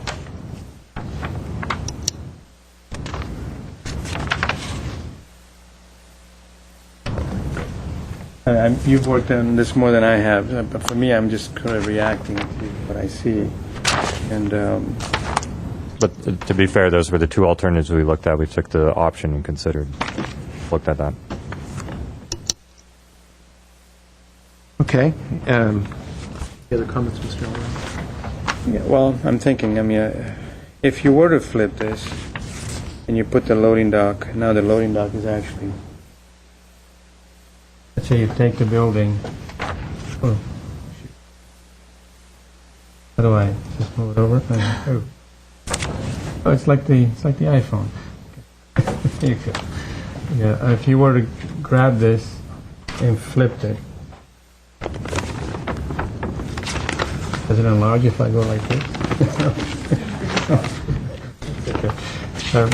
The loading dock is actually here, and the entry is there. Logical, because you want to be able to see that. But if you were to flip it, now the entry is here, the loading dock is there. Is there a way to tuck the loading dock in the back? In other words, you have, because right now some of the Trader Joe's that I go to, they basically, the deliveries are done at night, so I guess sometimes in the morning. And that's it, there's no deliveries in between. I mean, what if you just had that curb cut only for a loading dock area? And then somehow, if the entry is here, perhaps instead of being a corner entry, maybe it's more of a linear entry, or maybe there's something in the middle, or maybe there's still something at the corner. In other words, you could have just a driveway just for the loading dock, and then it can be closed off. And then this can still become a corner where people come in, right? And people can actually still park here and come across, because right now the current plan, you can actually, oh, it did get bigger. Perfect. Did I do that?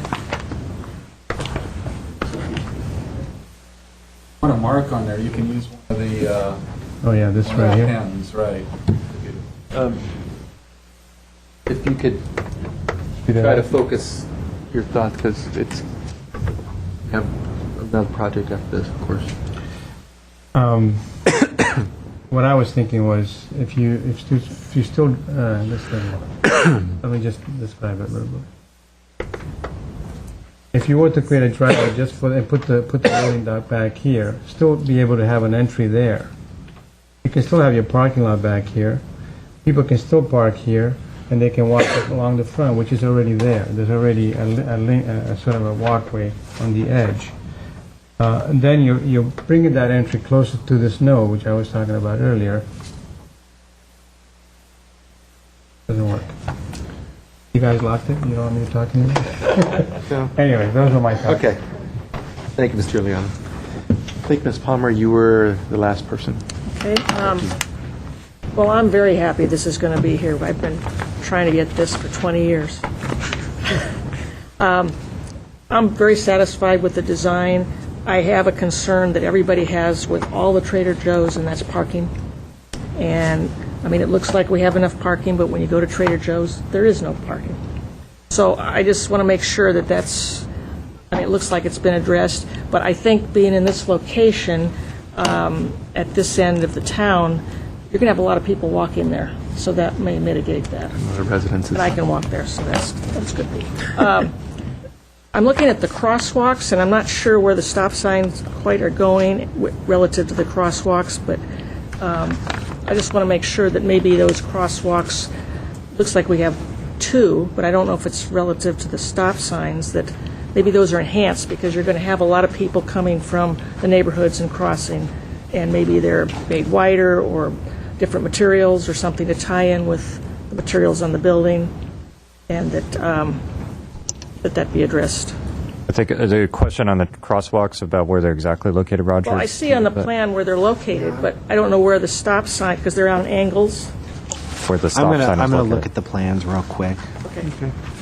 And then my only other comment was that some of the trees chosen are not on our drought-tolerant list, and they might not be the best varieties. I would suggest you look at some crepe myrtles or catalpas or arbutus for some of the areas.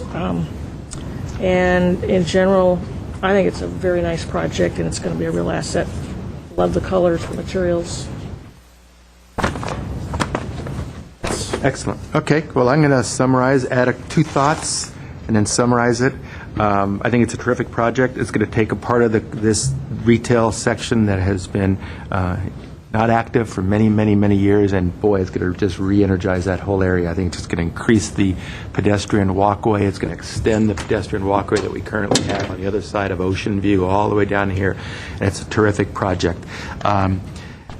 2 thoughts. As Mr. Aliano was mentioning, if you look on the civil plans, it appears that one of the roadway, the one that you were talking about that was a primary one, actually is pretty much in line with the driveway. Perhaps consider it instead of a low monument sign. I know there may be some issues concerning variances and signage, but since it is that roadway that ends, if you will, in that driveway, that you have a low monument sign, perhaps maybe taking some of the architectural design cues, maybe of the circular aspect, maybe making a lit sign. Trader Joe's, you got a beautiful blade sign. So as you're coming down that street, without being too intrusive, that could give you that central node that you were talking about, something to explore. The architecture is terrific. I always try to focus upon is a comment that I make concerning operation usage. Is it going to potentially affect the architecture? And if it does, then I speak up. If it doesn't, and it doesn't flow well, we're design review. This represents more or less in scale a bunch of stacked carts. The only thing that I'm concerned about is only function and usability and adjacencies and stuff. If you notice on the site plan here, here's your cart stacking. This is the entrance, beautiful brick rotunda coming in where people are coming in. Boy, that's fabulous. I see a bunch of people, maybe chairs out here sitting. People are enjoying the entrance, the traffic. This is the exit. I can see why it's the exit, the floor plan with the cashiers being right there. But imagine, if you will, all the shopping carts being here. Wait a minute. Does Trader Joe's allow shopping? I'm going to just speak over there. Does Trader Joe's have shopping carts that go? Yeah, they have to, because you got shopping carts on the outside. I have a couple Trader Joe's don't have shopping carts that go out to the parking lot. This one does, because you have the cart corral. Imagine a bunch of shopping carts here that are going to be picked up and pushed. And there's people here. Imagine that pushed shopping cart by that high school kid navigating through here and getting into the shopping cart corral.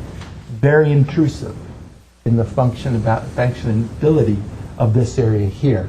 I tried to explore perhaps this being the main entrance and not to change the design, but having shopping carts adjacent where that's the main entrance, and you can see it functions better. Beautiful. But as shopping carts are collected, and this is the exit, shopping cart corral here, shopping cart corral there, in front of that, your flowers, whatever you have, it doesn't disrupt this. My concern is that the shopping cart being pushed to put in the corral will affect the wonderful center node, pedestrian, everything that you want there, because there's only one way to get it through there, and that's through there. It would affect the architecture because you'd be changing some exterior. I think it's something to maybe be explored, but the architecture is lovely, and it's going to be a beautiful structure. Single story with the vertical element. Your horizontal banding is maintained from the single story, more or less, along that streetscape. It's a great project. So, everything I have. Okay. Any comments, anything else we want to add before we have staff read back some of the thoughts that we had? Now, this is for final review. Correct. Okay. And we're also going to review and approve, I guess, the negative deck, too? You just need to acknowledge it. It's already Acknowledge been adopted. Very good. Okay. Okay. Any other comments? I would hope we have more discussion Yeah, on this. he wants but to I have think, more discussion on this, so. This is a really important project, and I think I respect everything that's been done thus far. But today, quite honestly, if I were to vote, I would abstain, because I don't think I have enough information to vote for it or against it. I just think this is too big of a project, and I've never seen it before, and I understand what's been going on too. They're giving you two schemes. But I think I would love to see a hybrid of some sort, and I don't know what to do here, because I'm sure there's been a lot of discussion about this and direction to the architect, and I may be totally wrong. But but for me to be able to vote for it or even against it, I can't do it. Especially since I know this area very well. I've been living in that area for almost 10 years, so. It's just, that's where I'm stand. Okay. Thank you, Mr. Young, for your comments. Very important. Anything else you want to add as far as comments before we read? No. That's those comments? Okay. Why don't you review some of the thoughts that you've been summarizing for us? Okay. I have consider moving the cart storage to the eastern side of the building. I didn't quite catch your discussion on, I think it was the monument sign and incorporating some of the design elements A consideration could of be, the building into the monument sign? Well, was that it? One of the things that I agree with Mr. Aliano, that when you come down that street, which is the street that comes down essentially this way, that it's an alignment with this driveway. Maybe part of the architectural element, instead of a low squat monument sign, which I know we always want to have low squat monument sign, some decorative wrought ironing or something could be made up a little taller so that you have that central node. That's only a thought, just a consideration. Okay. If available, if allowed within zoning guidelines. I think the sign can go up to 6 or 8 feet high. I'm not. Okay. I'd have Just a to check. consideration, something to help define that wonderful site. Consider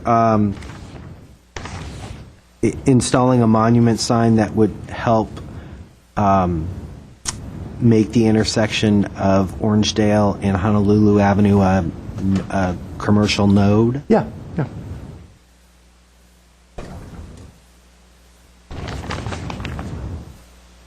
Okay.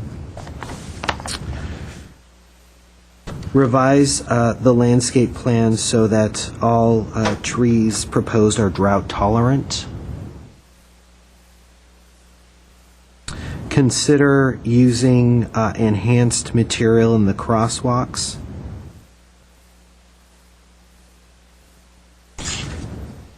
And then Mr. Aliano's consider moving the building more toward Orangedale Avenue or a hybrid site plan between what's being proposed now and the alternative of moving the building Well, between the two Orangedale. scenes that were presented, either parking lot to the east or parking lot to the west. Okay, that's a good way to put it.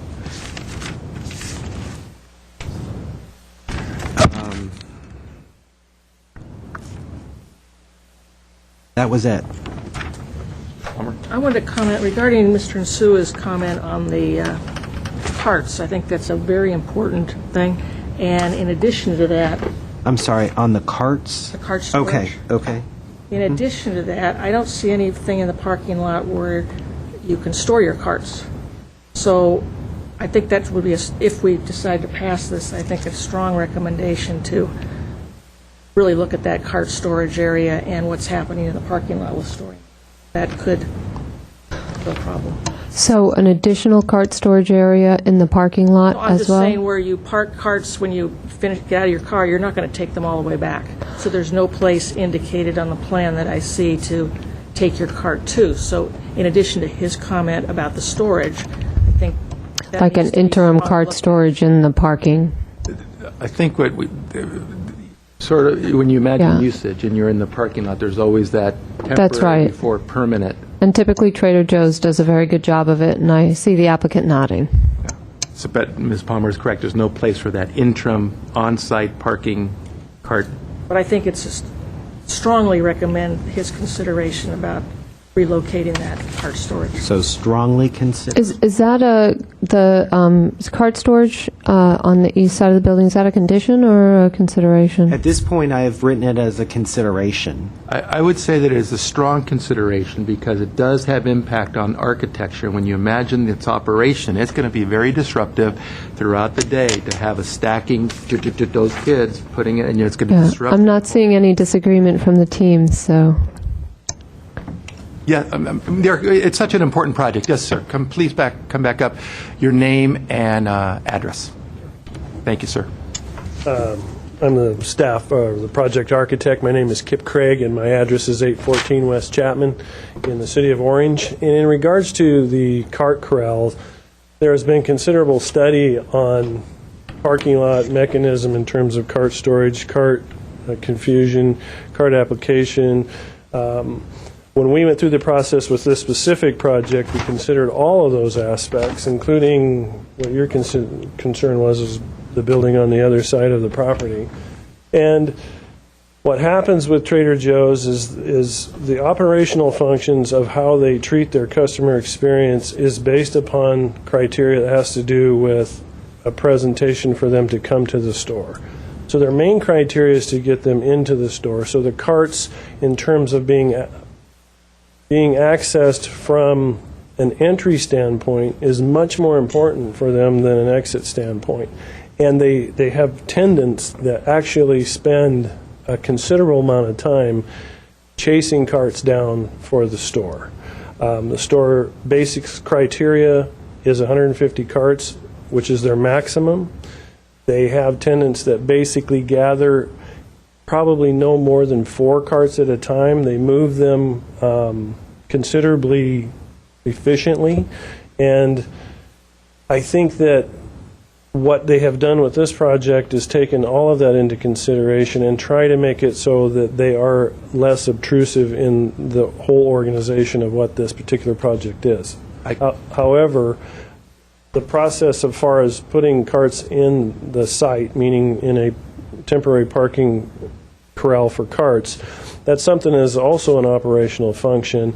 And what we've done is we provide more parking than what is required, but at the same time, we don't want to reduce parking by putting a cart corral in there. However, under operational procedures, once they understand how the guests work the parking lot, then they have the option to move that temporary cart corral around to where it's most effectively and most efficiently used. Okay, so it's not, forgive me, so the cart corral really is more of a tubular structure kind of thing, It's been instead of a permanent location that they figure it out and then they put them at those Yes. strategic points. And the level of its tubular structure is pretty ornate in some locations and less in others. But it's something that Trader Joe's requires is some level of flexibility to be able to make it the most efficient that they can. And that's the primary consideration. And forgive me for even any appearance of monopolizing the conversation. I can just, you talked about experience, and Trader Joe's does it so well. Focusing on experience that the customer has purely on any traffic with respect to carts. You're collecting one cart or you're collecting 12 carts. There's an experience that you're achieving when you're a shopper here. To have one cart or 12 cart, trans-navigate that experience, put those carts there, I think it's going to be poor. Don't want it, the project's terrific, but you can just see one cart or 12. You're going through the door, you're crossing the doors, you're crossing the people sitting here and stuff. I can't imagine any good experience coming out of there. You guys you're so good at what you do. That's why it's not a condition, but I would highly recommend really looking at that experience as it functions in the building, which could affect architecture, which is what we're all about here, design review. We will take all that under consideration. We're happy to look at it more. We have no pre-concluded considerations about where that locates, how it operates within that process. We've experienced that conflict with just about every store we know, not just with Trader Joe's, but with other stores as well. And it is an issue. And again, forgive me for having done a few Trader Joe's over the years, MCG, we used to compete against you. Can you imagine the experience? Yes. If this was thickened, okay, so you have cart corral here, maybe it doesn't need to be as big, because can you imagine if carts were also being loaded here, this way, through the exterior doors, but then pulled out over here, meaning they get loaded here, for the ones that can get loaded here, and then as the person is coming to the store, there they are, and you pull them out. You'll still have a few over here because you can't get them all loaded in here, but this would be the more active cart experience. A lot of people shop at Trader Joe's anyway with basket. I'm just thinking about if I'm sitting here and I hear the thing, it's not a good experience. Not a problem. We'd be happy to take it under consideration. Any other comments? I had a question, actually. I know that Trader Joe's has a certain way of operating, and I mean, would they consider changing that particular footprint? Because I know that the footprint of this building has a lot to do with why things are the way they are on the site. Because I've seen, for example, even the Trader Joe's orientation across the street here. Am I in the right orientation? Okay. I mean, that's probably not the typical Trader Joe's. I mean, you walk in, it's very intimate, but it still works. Sure. Because they've adapted to an existing condition. But it's no different here. This is a site, urban site. It's not like you have a big parking lot and you just plot the ideal footprint. And so my question was, I mean, would they even consider try to change the footprint just enough to be able to sort of make some moves that would help in some of the things that I particularly have talked about? I don't think that they wouldn't take into consideration any ideas from the board. We're just happy to be at this point in the process. It's been a long, arduous process to work with city staff and their concerns as well as Trader Joe's and the neighborhood themselves offering up suggestions that were implemented into the process in terms of site orientation and fenestration processing and so on. But there isn't, I don't believe, that Trader Joe's or our staff or even city staff would have a categorically no, we don't want to do that kind of process. We've spent considerable time developing the process and the project to where it is right now. And to be honest with you, we have moved the plans to a very progressive level to get them under construction sooner than later. But it's worth considering. Right.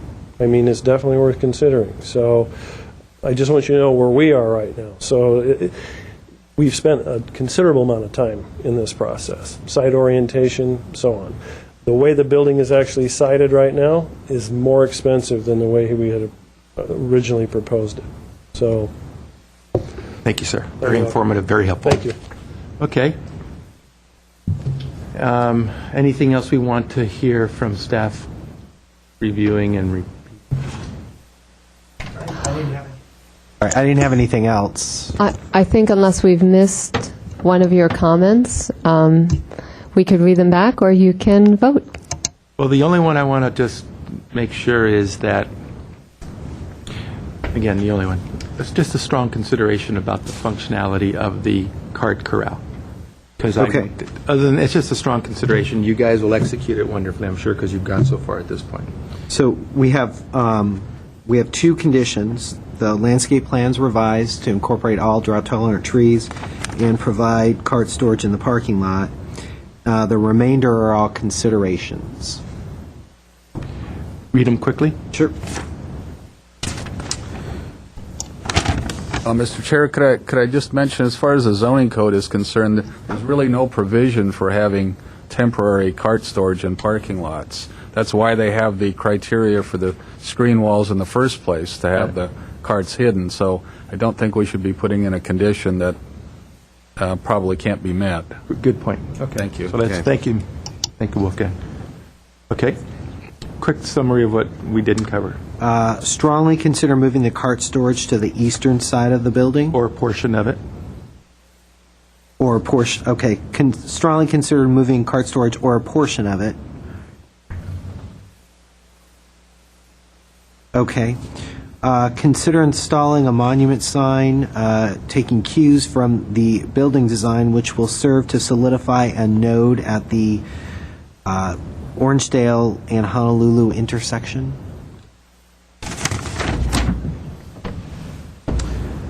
Revise landscape plans to incorporate trees that are all drought tolerant. Consider using enhanced crosswalk materials. And then consider an alternative site plan. To potentially move the building further east on the site. How does that sound? Okay. And also, it said that some of the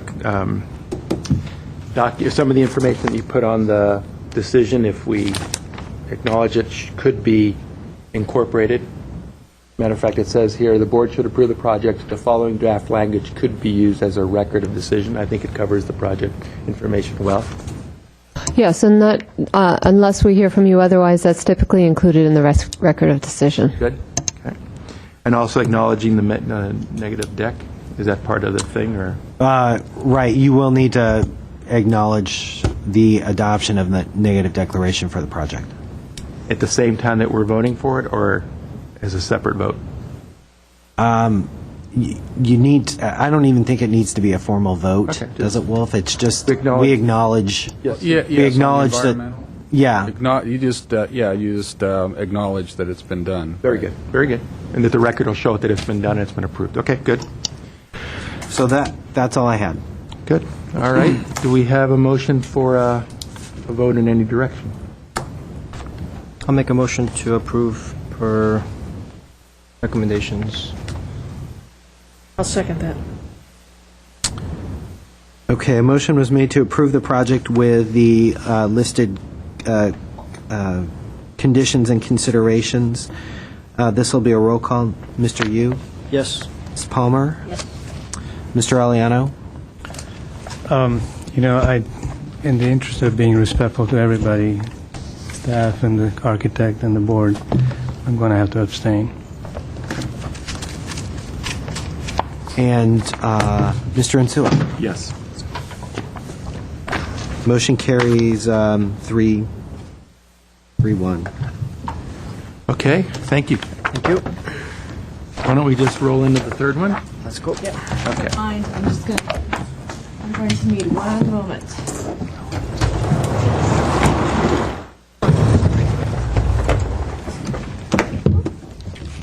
give me the letters you guys have. Roger, would you mind putting 3013 Montrose? Grab his letters over there. Or maybe he doesn't have them. I think I just passed you down everything you have. I think we're good.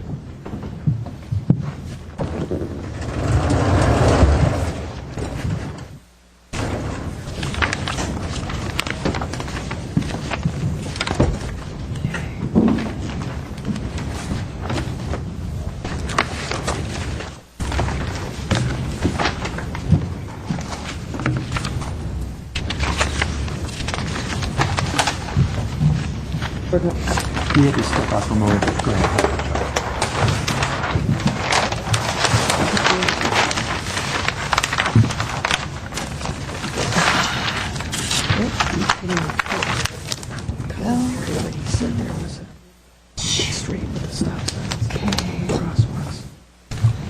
I didn't see that. Okay, the next project, and the final one for this evening, is case number 1.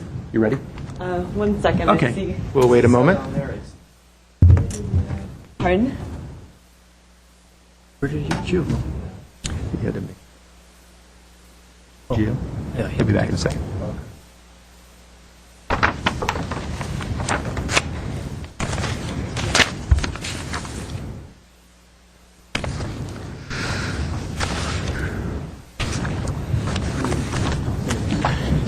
Okay.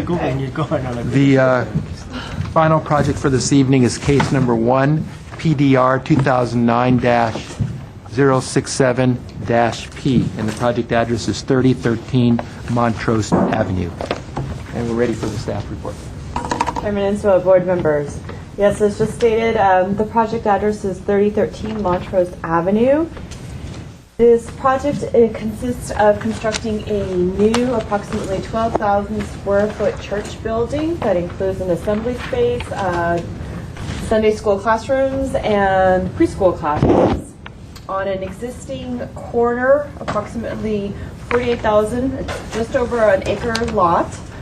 The church building is actually replacing a previous church building that was slightly larger, that actually burnt down in 2006.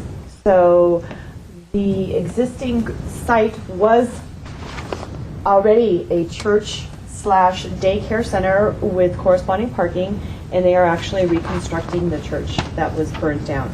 There's quite a bit of background history to it. If you like, I can go into it, but I'll just keep it really brief. The church itself was previously constructed in 1920s. It addressed the corner lot, and you'll notice here, this is an existing survey. The lot itself is located on the northwest corner of Montrose Avenue and Ramsdale. There is a slight topographical change going from north to south of approximately 14 feet. You'll notice that there's a very acute angle at Ramsdale and Montrose. The previous church sat at the very corner intersection of Ramsdale and Montrose, and it had steps that led down to from the front main entryway to the street intersection. There were 54 parking spaces around the interior perimeter of the lot. There were also 2 detached buildings. One is just under 1,000 square foot office building. And then there was also an approximately 2,000 square foot detached classroom building that housed the daycare, a portion of the daycare center operation. There was also a play area that separated the parking lot from the church as well. Now, the church, as I mentioned, in 2006 suffered a fire. The roof burned down, portions of the interior. Due to evaluations by the building department staff, there was a consideration made that more than 50% of the building, total value building cost to rebuild that or to replace it, I mean, essentially the cost would have exceeded 50%. So the building was required to be demolished. There were issues regarding the foundations and whatnot. I'm sure there was actually a very detailed letter from the architect describing the past history of that. Again, once you demolish a church building, unfortunately, it loses its legal non-conforming rights. And so in this particular case, this lot, although it's a church use, is actually zoned R1650, which is a multifamily residential district. So the church not only would have to be rebuilt, it'd have to be rebuilt to the R1650 standards, and it would also require a conditional use permit to reestablish a church use in a multifamily residential zone. It's also in addition to a parking reduction, because again, the church was established at a time when parking codes were much less. They're essentially rebuilding a church, but rebuilding a church that is smaller in scale and with less assembly area than the previous church, but there is no additional parking lot area on the property in which to provide that additional required parking per code. To get into the various nuances, as mentioned, this is a multifamily residential zone. There are no multifamily residential design guidelines for such projects. There are also no commercial design guidelines. This is essentially a project that we do not have guidelines for, and so staff went ahead and presented it in terms of breaking down the architectural design, the mass and scale, and then the site planning, which would be typical of any other design review board staff reports. It's also important to note that this project is going before the board as a preliminary review. It is a courtesy review. They do have to go before the planning hearing officer for their conditional use permit, not only for the church and the daycare, but also the parking reduction permit. So they will be going to the planning hearing officer at the end of June, yet they wanted to go before you to get feedback as to the proposed site planning issues and massing scale and architectural style. So your comments would then be incorporated and hopefully presented for the final review. In regards to and before I continue on, here are the vicinity photo surveys and the color materials board. In terms of site planning, the neighborhood context consists of multifamily residential developments, mostly 2- and 3-story boxy residential developments along Montrose. And across the street on Ramsdale, you'll have 1-story single-family homes, and that's in the LA County area. The site plan, from what was previously existing, it maintains the parking around the perimeter of the lot.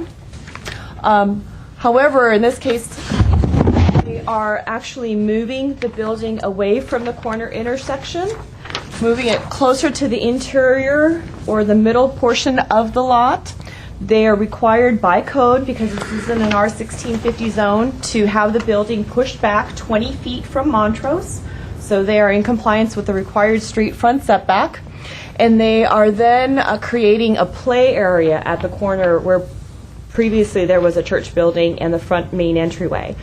There obviously is a reorientation and a relocation of the church building itself. You'll notice that it's a much more internally focused campus, church-type campus, where they now have a plaza area in the center. They're maintaining an existing ficus tree that they're trying to build around.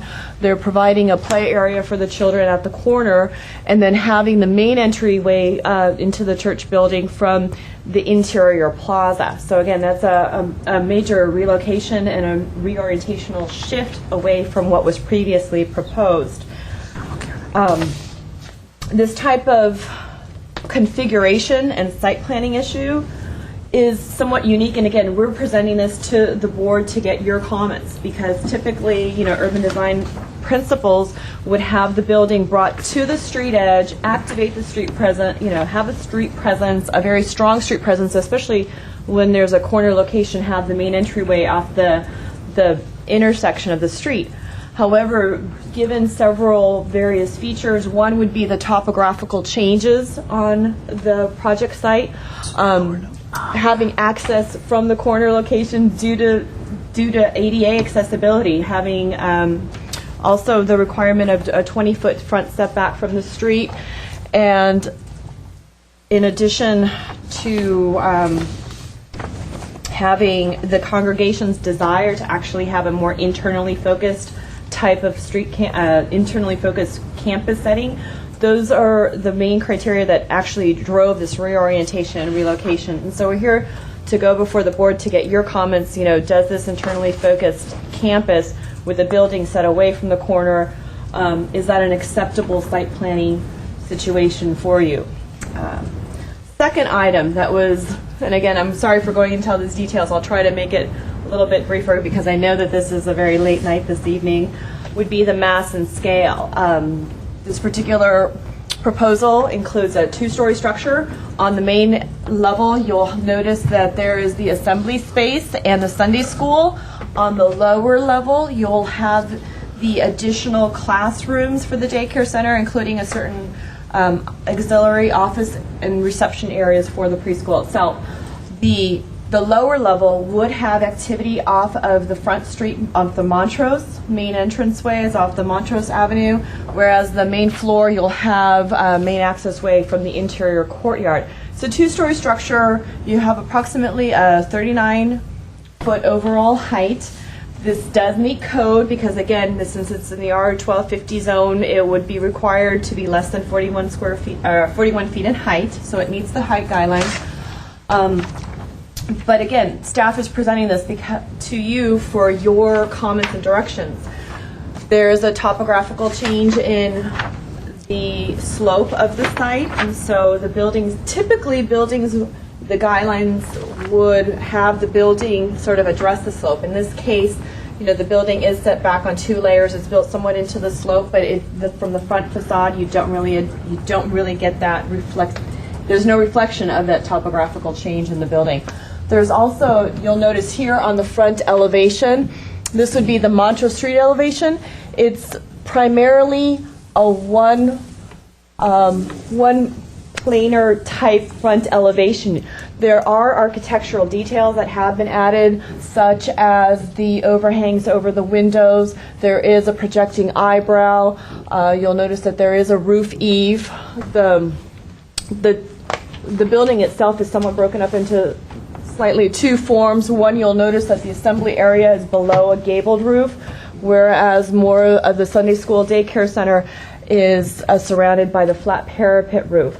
But there's still more or less like one planar foot, and even though it's set back 20 feet from Montrose Avenue as required by code, there's more of a one street flat presence on Montrose Avenue, again, because the campus itself is internally focused. So staff is requesting direction from the board.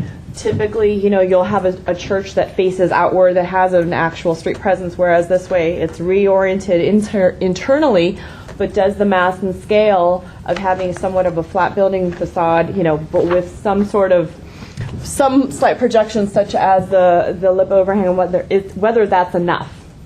And that is a question being posed to the board. Last but not least would be the overall design and details, the architectural style. It's a relatively contemporary building. You'll notice that there is stucco troweled and smooth stucco finishes. There are 2-inch plaster projections along the corners of the building to add a little bit of elemental design to it. You'll notice, again, as previously stated, you have the lip eyebrow and the overhangs above the windows, but that would be just the total maximum type of architectural design detail. It is detailed consistently on all 4 elevations. You'll notice this is the Montrose Street elevation. This is the interior one where, again, because of the change in grade, there's only one level that's visible on the interior of the courtyard.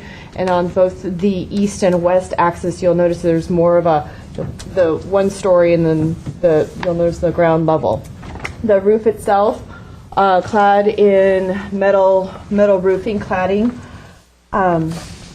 consistent throughout, the details, the quality of materials. But again, is there the opportunity to introduce additional materials that would offset the roof, whether it be the building forms or to have some sort of other variation within the facades to make that more active? So with that said, just a reminder, this is a preliminary review. They're still going before their conditional use permits as required. There are no design guidelines, neither for the multifamily residential, nor this is a civic institutional building. So the three main issues for design review board direction would be whether the new church building's relocation away from the corner intersection and the reorientation of the internally focused campus versus a building that's brought to the street edge with a corner-oriented front facade and entry as typically recommended for civic institutional buildings. That would be one. Second one would be what about the relatively flush street elevation facing Montrose versus a facade that's broken up into a variety of building forms and reflective of the topography of the site? And last but not least, whether the primary use of stucco throughout the structure and sort of the vertically oriented design details, like the 2-inch plaster, whether that is appropriate versus the incorporation of a variety of building materials to highlight the building forms. More of a horizontal emphasis as opposed to the vertical emphasis. That concludes staff's presentation. I'm available to answer any questions. The architect, Terry Tarr, is in the audience, as well as Pastor Tim Manchester from the church. So, Do we have any questions for staff? Any questions for staff that we have? Okay. I have only one speaker card, so if someone wants to... There should be two. I know that I collected two. So. If the speaker who I don't have his card for, doesn't matter. When you come up, just your name and address, and then before you leave, please fill one out. Okay, so no comments or questions for staff at this time. Okay, the first speaker card that I have here is Mr. Timothy Manchester, the owner. Or would you like to flip it the other way? Okay, why don't we have the Don't worry, you can catch it afterwards, sir. Just your name and address. There you go. Thank you. Okay, let's start again. Mr. Timothy Tarr, the architect. Name and address, please, sir. Name is Terry Tarr. I'm the architect for the project. I live at 4611 Falkirk Bay in Oxnard, California. Thank you, Chair and board members, for hearing this preliminary level of review. We do appreciate that. I know it's a little out of the ordinary, but circumstances. Thank you very much to Vilja for a great presentation. Hit all the key points and talked about the building very well, and I thank you for that. I'm going to take a little different approach than I might normally coming into a DRB setting like this and talk a little bit about the history. You should have received a rather lengthy letter talking about some of the history of the process that we've been through. Hopefully you've read that, and that will be a part of influencing how we approach this. The way the church feels about it is that the city forced them to demolish a rather lovely building. We don't think that the 50% rule was applied incorrectly, and it was demolished against our objections, and we weren't given enough time to process that, and all of a sudden the building was gone.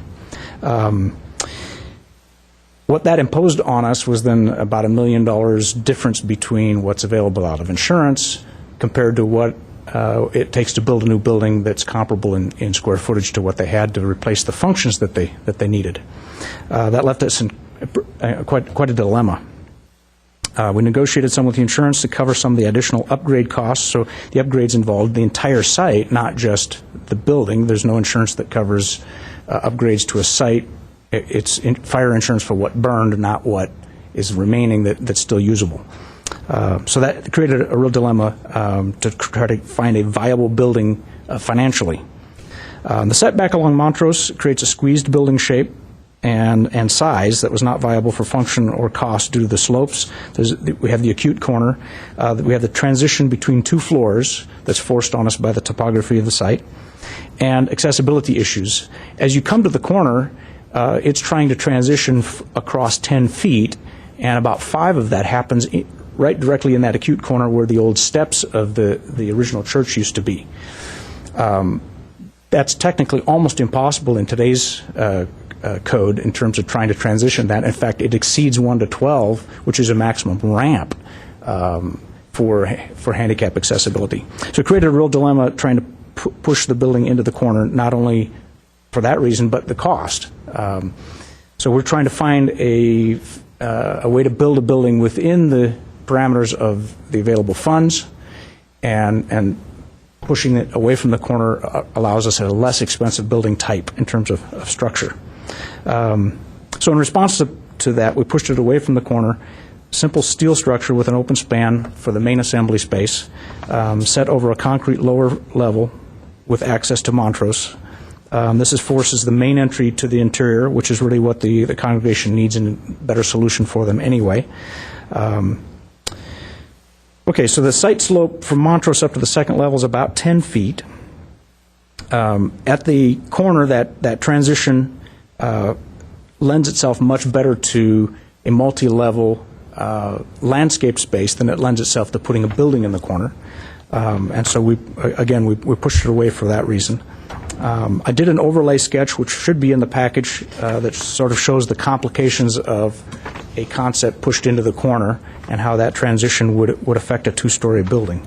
And so hopefully that helps explain some concept related to that. We did not do an alternative building design for cost reasons, for fee, to show a possible building that could go in the corner. Now, to sort of describe the imperative that we're under, we've got a pretty short time window related to the insurance in which to either we push this ahead and we build something, or the project very likely will fail.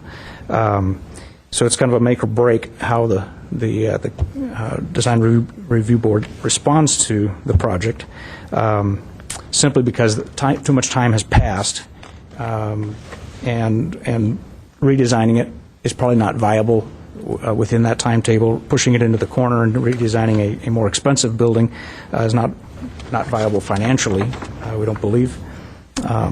Let's see. Design of the building. It could easily go way past 5 minutes doing that, but the 20-foot setback, the existing buildings to the north, the existing parking lot, and the functional needs, and then responding to the ordinance constraints, the 25% landscape ordinance, those kinds of things that weren't on the site previously. They had much less landscape than that, forced us into a much smaller building footprint than the original building was. So the original building took up quite a bit more space on the site. To get the landscape space, we have to squeeze the building into a much more vertical shape. That drove what we could do in terms of the footprint. That drove the location, the relationship between the three buildings on site, the two existing and the proposed new, trying to create a courtyard space between those buildings, how the buildings relate to each other, how they relate to the parking lot. Those are all key elements in how we aligned this. And still maintaining enough space for a daycare playground, and both hardscape and softscape. Okay, so due to the tight program requirements, we did not find a lot of room for massing transition along the frontage. I'll wrap this up very quickly here. We started with just a few inches. In response to the Planning Department's initial comments, we did provide some additional relief to the building. We set it back, broke the building there, changed the parapet a little bit. So we are trying to respond to the Planning Department in addressing that massing issue without necessarily reducing the footprint, which then, of course, changes the functionality of the building. We are willing to explore and continue to let the building evolve in terms of some of the finishes on the exterior, if that would help us with the massing, the transition, both transition and the perception of massing change. So we're willing to work with the Planning Department on that. If you look at the roof plan, it's substantially consumed by mechanical equipment in order to get all the mechanical equipment into that flat roof area to allow the rest of it to be a sloped roof with no mechanical equipment on top. We're willing to experiment with that a little bit. Perhaps there is a setback parapet idea that we could use, and that's been discussed some in planning. And there's not a lot of room to work with there technically, but we're certainly willing to explore it. One last thing to wrap it up. What we're looking for you today is a general acceptance of the site positioning, general massing of the building. We're certainly willing to continue to refine the design, bring it back to you But we're very concerned about the idea of substantial repositioning or dramatic massing changes. The delays of that could kill the project because of the insurance issue, and they're giving us a pretty short leash now after going this long without making a final claim against them. Thank you, sir.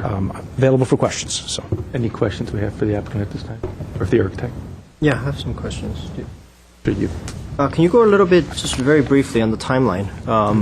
How much time do you get from insurance to take care of this? 18 months 18 months. from 2006. So Okay. How we're long did at about 2 years past our due date, and so you're 2 years past your due date. year and a half to 2 years So you somewhere. already passed. don't- Okay. Yeah. How long did it take to get to the board from your submittal? That's a pretty complicated question. There was an initial submittal early on, very quick denial, basically told we would not get to rebuild a church here. Then, Well, I guess the process to get to our board, not yeah, well, not we the whole submitted city. in July 2009. I think staff can answer that question. Okay, what is the... If you'll give Vilya a couple. Oh, she's looking, okay, I'm sorry.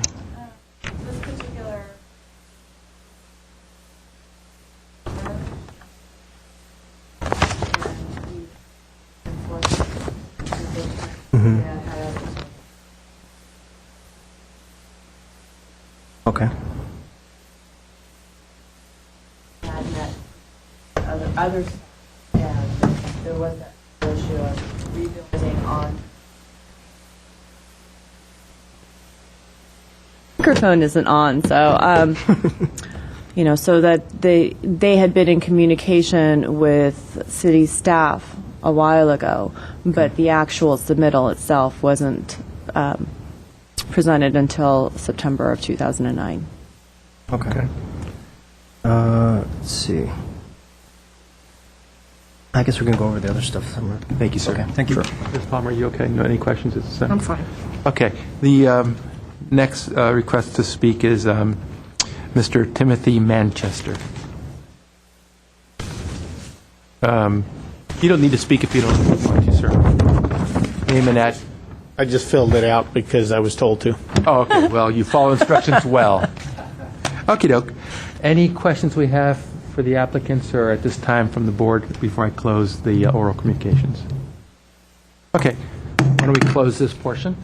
And why don't we, keeping my notes here, Ms. Palmer, why don't you start us off if you don't mind? Okay, I'm just going to keep my comments somewhat general because this is preliminary. I understand your reasons for positioning the building, but I'm looking at that, the Montrose corner is a pretty prominent corner. And in looking at that south facade, you seem to have one walkway into there. There's really no definition as to what you're walking into. I realize it's classrooms, et cetera, but there's no feeling that it's just the side of a building, in my opinion, that looks like it desires more. It desires some reason for walking up to it. I see you've got some stone on the building, and then you have a crib wall, retaining wall at the corner area. I would like to see, if you continue using the stone, that crib wall and the stone on the building be the La Crescenta natural rock. Yes? I don't want to eat. But there are a couple of zoning issues because right now they are they're not reusing. They're actually maintaining an existing retaining wall that's on the corner that was previously used as an embankment retaining wall for the previous church. They are maintaining that existing wall, and then they're sort of building slightly around it. They would not be able to go ahead and add any other additional walls or retaining walls within the first 20 feet because of zoning issues. And that's another criteria where, if they build something within that 20-foot setback, unfortunately, that automatically requires a variance. And that's another reason why there's a little disconnect, because it would be great to have a structure within that first 20 feet that would provide more of a, and I'm not arguing one way or another, but I'm just describing the situation that, in order to provide a structure within that 20-foot setback, that would trigger a variance, which I'm not sure. Then I'm not sure what I'm looking at in the plan.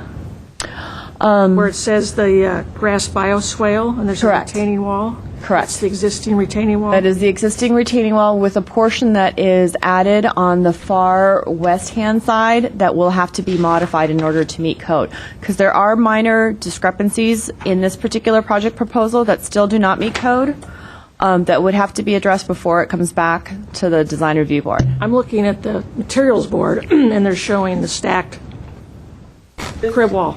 This is the, and forgive me, that has been changed. That's not correct. That's where I was coming from. I apologize. The material board had a previous crib wall that they had proposed prior to this. Because this is preliminary, we didn't require them to provide an additional color material understand board. that. But there is an existing CMU wall that's Right. located here that is going to be incorporated as part of the project. Okay. So I apologize. No, that's Sorry for fine. I'm that. understanding it now.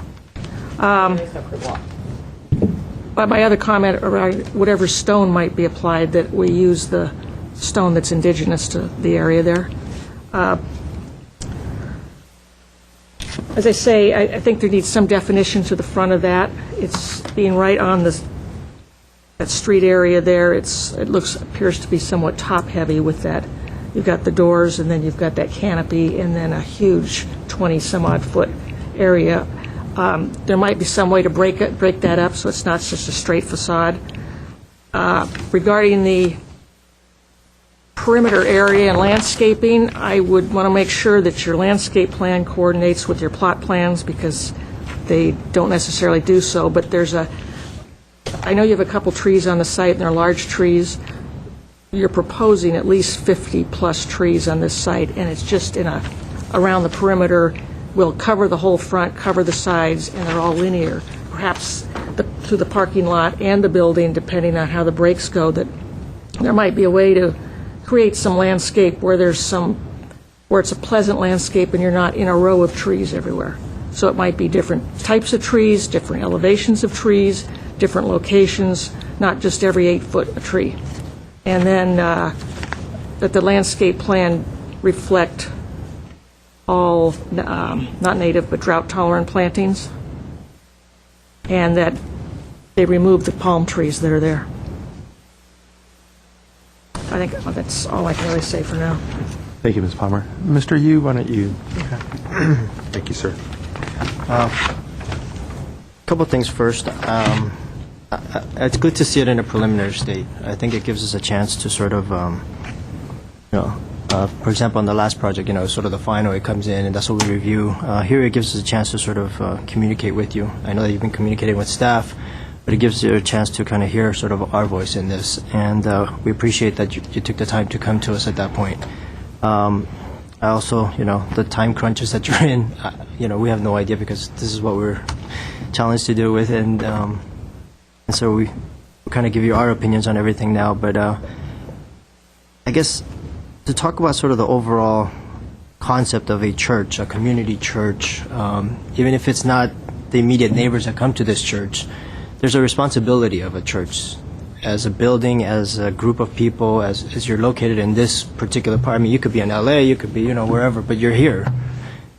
And as a building and as an organization, it needs to interact with the community architecturally, just being welcoming to the community. And this building, unfortunately, it doesn't do any of that. I understand you're bogged down with all these limitations, and but that's sort of the challenge in what we do. Trying to come up with solutions to make this building fit into this site with all these things that preclude it from having a nice building. And I'm struggling to sort of see the building there. It's not fitting in.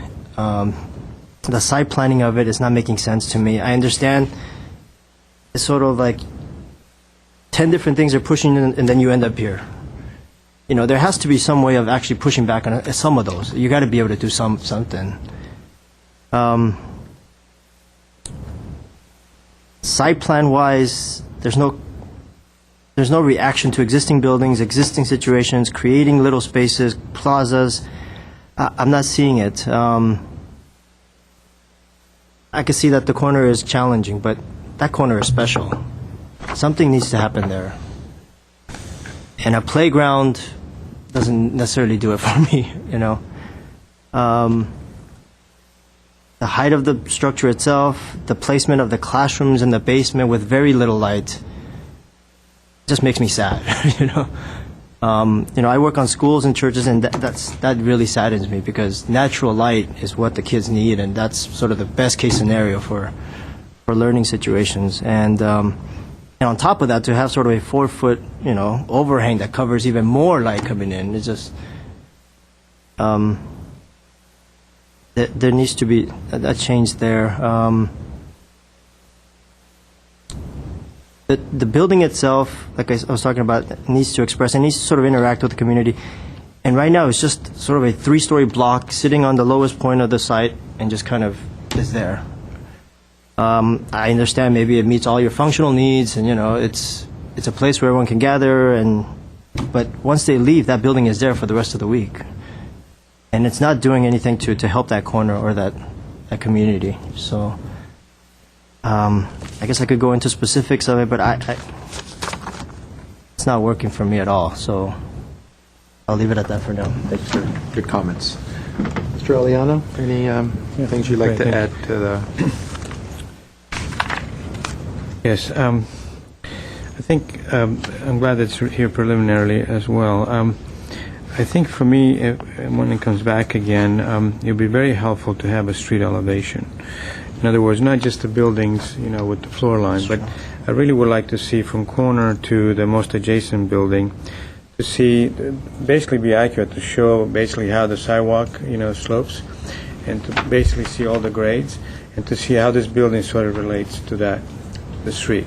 Because we see the pieces of the building, and it's understandable, but it's important to see how the building is relating to the corner, and right now the drawings that we have don't show that.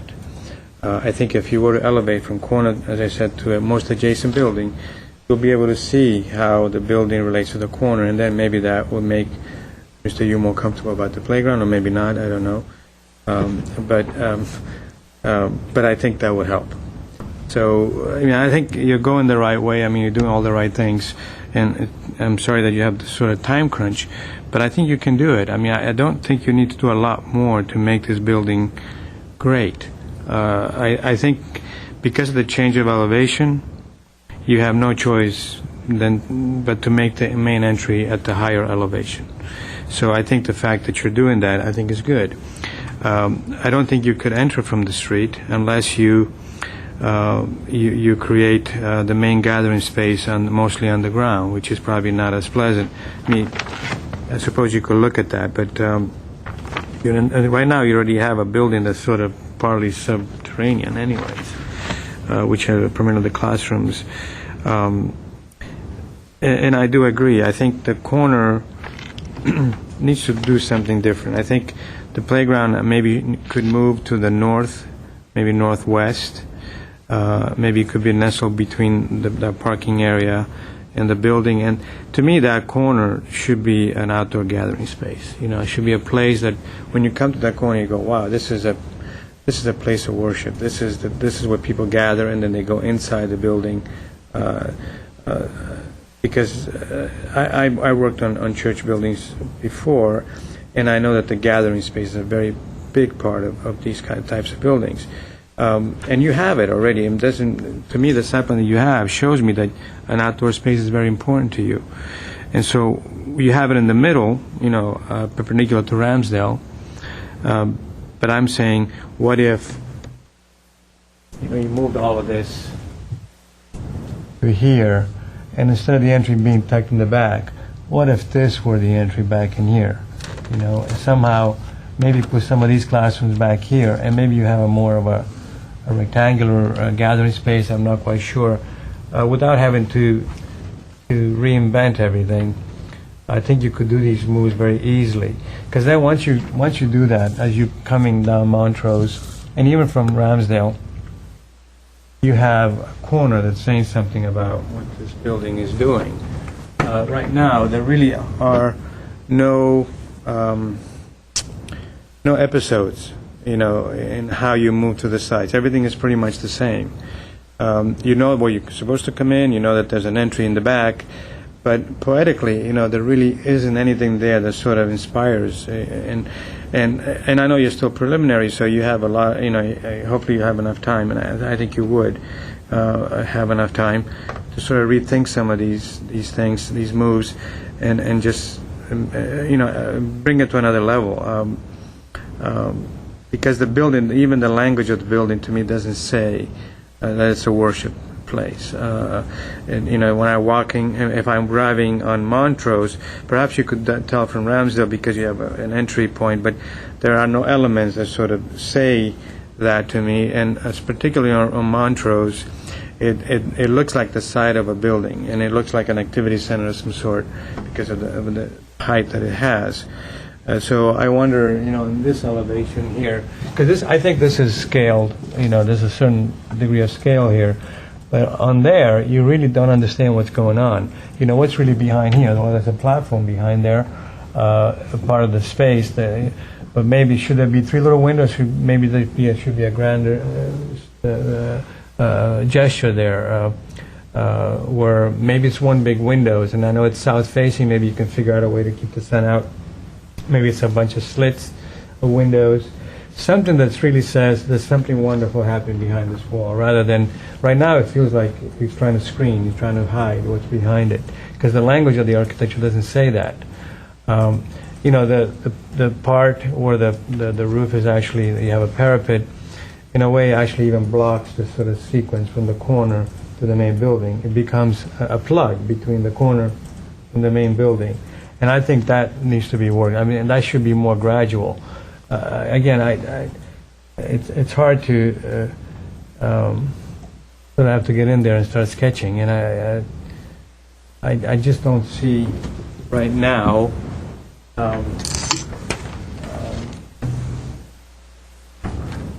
how this building could actually add more to the corner, because it feels very restrained. It feels very irregular. But because it's a church, I want to see something really great. I want to see something that tells me that it's a church. And I will work on that. I will work primarily on the sort of poetic notion that I'm bringing up about what is a church is supposed to read on the how it's supposed to read on the exterior, what it does to that corner. Because as you approach that corner, again, you want to see something wonderful. And then if you are going to go with this theme where you're having the entry at the higher level, because of site conditions, and then you have to do something with this elevation. I agree with you. I don't think you can do that. I think if these are actually classrooms, these should be really big windows. They should say something about the fact that it's a classroom. They're very small. And because they're south-facing, it's not the greatest thing, because normally classrooms are usually they're facing north for uniform lighting. And so you might want to rethink that. Do you really want to have the classroom on a south-facing wall? Or should there be some other programmatic space down below?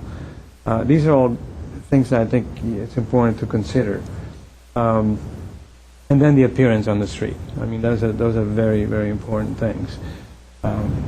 Maybe I missed something, but if you were to have the entry at the ground level, what would happen is people would have to park and then somehow work their way down to this level again, which is not very practical. From a street point of view, from an urbanistic point of view, in terms of how you see the building from the main road, which is Montrose and not Ramsdale, that's where the entry really wants to be. That's the main street. There's actually quite a few churches on that street, and they're all facing Montrose. But it creates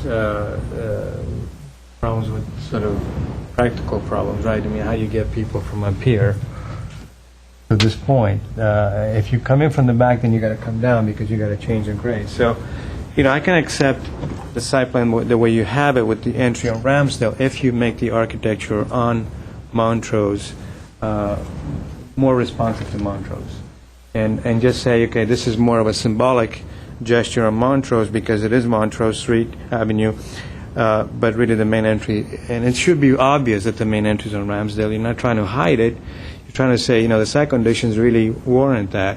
But by the way, Montrose still needs to be respected, and we are going to do something wonderful there too. When I look at this, this view right here, I think actually there's an eye level. See, I think this perspective should say something, at least at this corner. Because there is a walkway here, maybe this could be an arcade of some sort. Maybe there could be an element here, a singular element that says, hey, this is another way to enter the site to get to the back from Montrose, rather than actually having to walk around the corner to understand that the main entry is off of Ramsdale. So you got to really have at least some kind of a symbolic entry on Montrose, some kind of a symbolic gesture that says, that's responding to that, to the main street. And then just work on the fenestration. Really have some hierarchy of windows. The little small windows don't work, I don't think, for me, because you probably want to get as much natural light as possible. And especially for the classroom, I agree with Mr. Yu 100%. The material generally are good. I don't know that I would do these sort of vertical plaster. I think they're described as plaster, right here. They work in the back a little bit, but not so much on the front.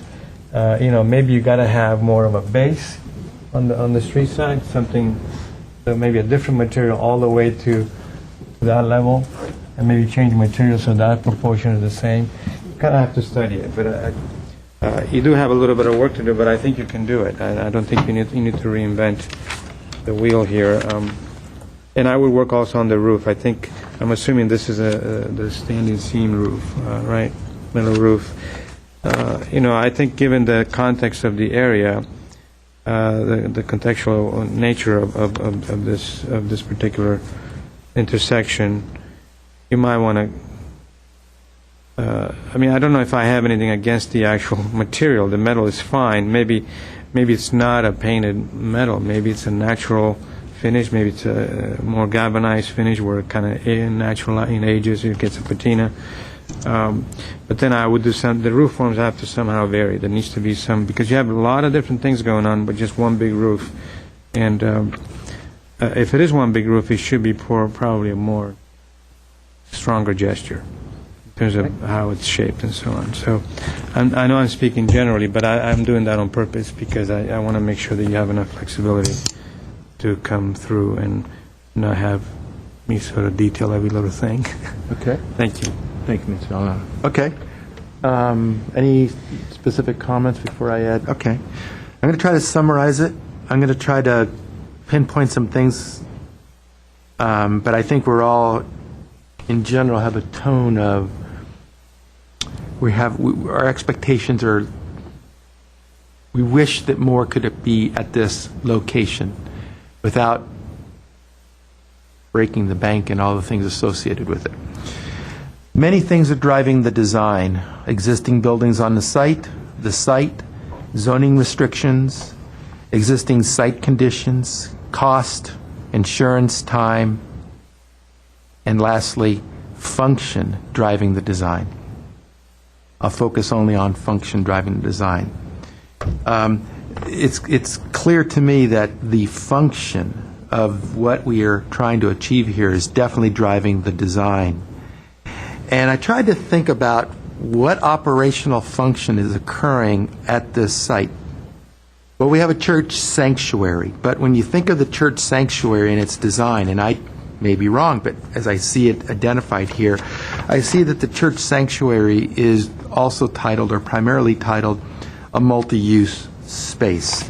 Okay, so if the church functions as primarily churches do on Sunday, and if they have two church services, and each church service is an hour and a half each, and we combine those for 3 hours, then on a given week, unless they have a Wednesday service, but traditionally you're going to have your Sunday services, and if you had two services, each an hour and a half maximum, you have 3 hours of church primary sanctuary function.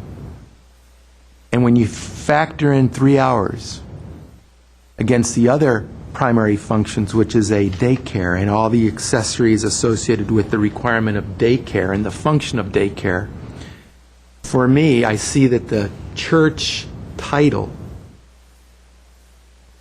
and what you would believe of a atypical church with a primary sanctuary, primary fixed seating, primary everything associated with that is not really what we have here in our primary main sanctuary space. It's multiple space, it's functional space, it's flexible space. And it really, primarily for function that will affect the architecture, is more preschool, more daycare. And when I look at the architecture of these areas, primarily those areas are classrooms and areas to associate work with classrooms. And at the main sanctuary area, except for, let's say, 3 hours a week, is really a large multi-space room where you can imagine indoor activities for the classrooms, you know, exercising, things of that nature, which are going to happen inside. Because I also look at the outside play area. As Mr. Aliano was saying, the outside play area is quite broken up by existing, as I mentioned, existing site elements that are problematic for site, for zoning, existing retaining walls, the desire to maintain a 24-inch diameter ficus tree. We have a plaza area in between the corridor where you walk from the parking to the main entrance of the sanctuary, inward looking. The plaza play area, if you look at the square footage of that center plaza play area and then the outside one, it's very staccato and broken up. And then you got this long, big oval planter with the ficus tree. So I start seeing the primary function of the building is multi-use area and classrooms and daycare and stuff. And those functions and those other things are affecting the design that we have here, which I would put very much so into what you would consider a more permanent church sanctuary design, as you were talking about, the experiences some of us have in churches, design, orientation, classrooms and such. Got a hillside coming along that side. These are just thoughts, and I will go quickly. When I looked at the architecture and I broke the package open, my first reaction to the architecture was that it was not of good architecture and that the design was rather dated. I would put it in the 70s, 80s when standing metal roofs were being used more and stuff. And then I got into the structural fabrication of the project. We got concrete podium, which is below that the classrooms. And then we have a prefabricated steel structure. And that the architecture, the elements of the box, you see we have a rectangle here. It's really the form of the prefabricated steel framing on internal pilasters, which transfer down into the ground at the classroom level. So we essentially really have as the primary structure a steel structure with architectural infill. Is that bad? Is it good? But Mr. Yu made some really good comments that I wrote here. Is it contextual? Is it successful and contextual in a active community with a primary street in a residential, commercial, higher density apartments and stuff? But is it successful contextual? Mr. Yu made some comments, the building on the site, on the community, the setting, the expression between itself and the community, very functional. So I started concurring, agreeing that some of the things that we're feeling. So some of the things that I think the building needs is to respond better to its true function, certainly respond better to the location, which is a corner lot, integrate architecture, as we've all been saying, into a more holistic approach, push, you can have standing metal roofs, that's certainly fine. There's, I think the sports chalet, the new one over in La Cañada, has a lot of standing metal roofs, and it's a big structure, but when you see it, it fits better contextually. I appreciate the preliminary nature of the submittal to get in information. You have come so far, and you've had so many obstacles in front of you, from the demolition of the existing building to the issues associated with that and loss of existing non-conforming functions, which now has to go through that process. But I think Mr. Aliano said it also, that when the function is through at 5, 6 o'clock, when the last kid is picked up for daycare, preschool, it's still a building in the community, and it's going to be there for a long, long time. And this architecture doesn't do it. You can have standing metal, you can have the panels, the parapet walls, the gable roofs, but unfortunately, when you wrap it all up and all the issues associated with this site, this project, in my opinion, falls significantly short. And I am incredibly sensitive to all the conditions and all the issues in front of you with respect to insurance and all the things that just I could only imagine. But it's not working at all at this location, and I don't think this direction is going to be successful. So those are unfortunately my general feelings. Having said that, do we have any more specific comments? I know the evening is late. Maybe we should just start. Do you feel like you could move forward to obviously the final stage with all these comments? As you know, the preliminary design review is really just an advisory function. There's not any movement forward. We will still make a record of decision. We might find another term for it.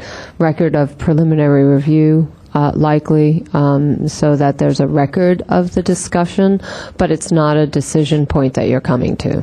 Good. Okay. So the points that we're making are just to add comments, provide direction, and provide input, but we don't need to vote or anything at this point. As I understand, the applicant is here to hear from you because they're simultaneously processing some zoning hearing officer pieces. And this gives them an opportunity to use that time frame to have a project that will be successful when it comes to you for its final review. And these comments are very valuable insofar as they allow that to happen. Very good. I will say that, and I sincerely apologize. I remember in my own house, a lot of remodeling outside. I wanted to keep, the backyard was a mess. We put in hardscapes and landscaping and all that stuff. There was an olive tree that I loved when we bought the house, and I thought, I'm going to build my backyard around that olive tree. And I tried everything imaginable to build my backyard, my dream backyard, around that olive tree. And my wife, God bless her, said, honey, let the olive tree go. We'll grow another one. And I thank her for saying that to me, that we tried to do so much with this existing olive tree, and where it was situated, the planter and all that. When we let it go, I had an open canvas with restrictions, of course, and boy, I then started really filling the pieces in. I know you got a hard job, really hard, and you've come so far. Hopefully this information will be beneficial for your church, your congregation, your community, so that you really have something that's wonderful at this really terrific location.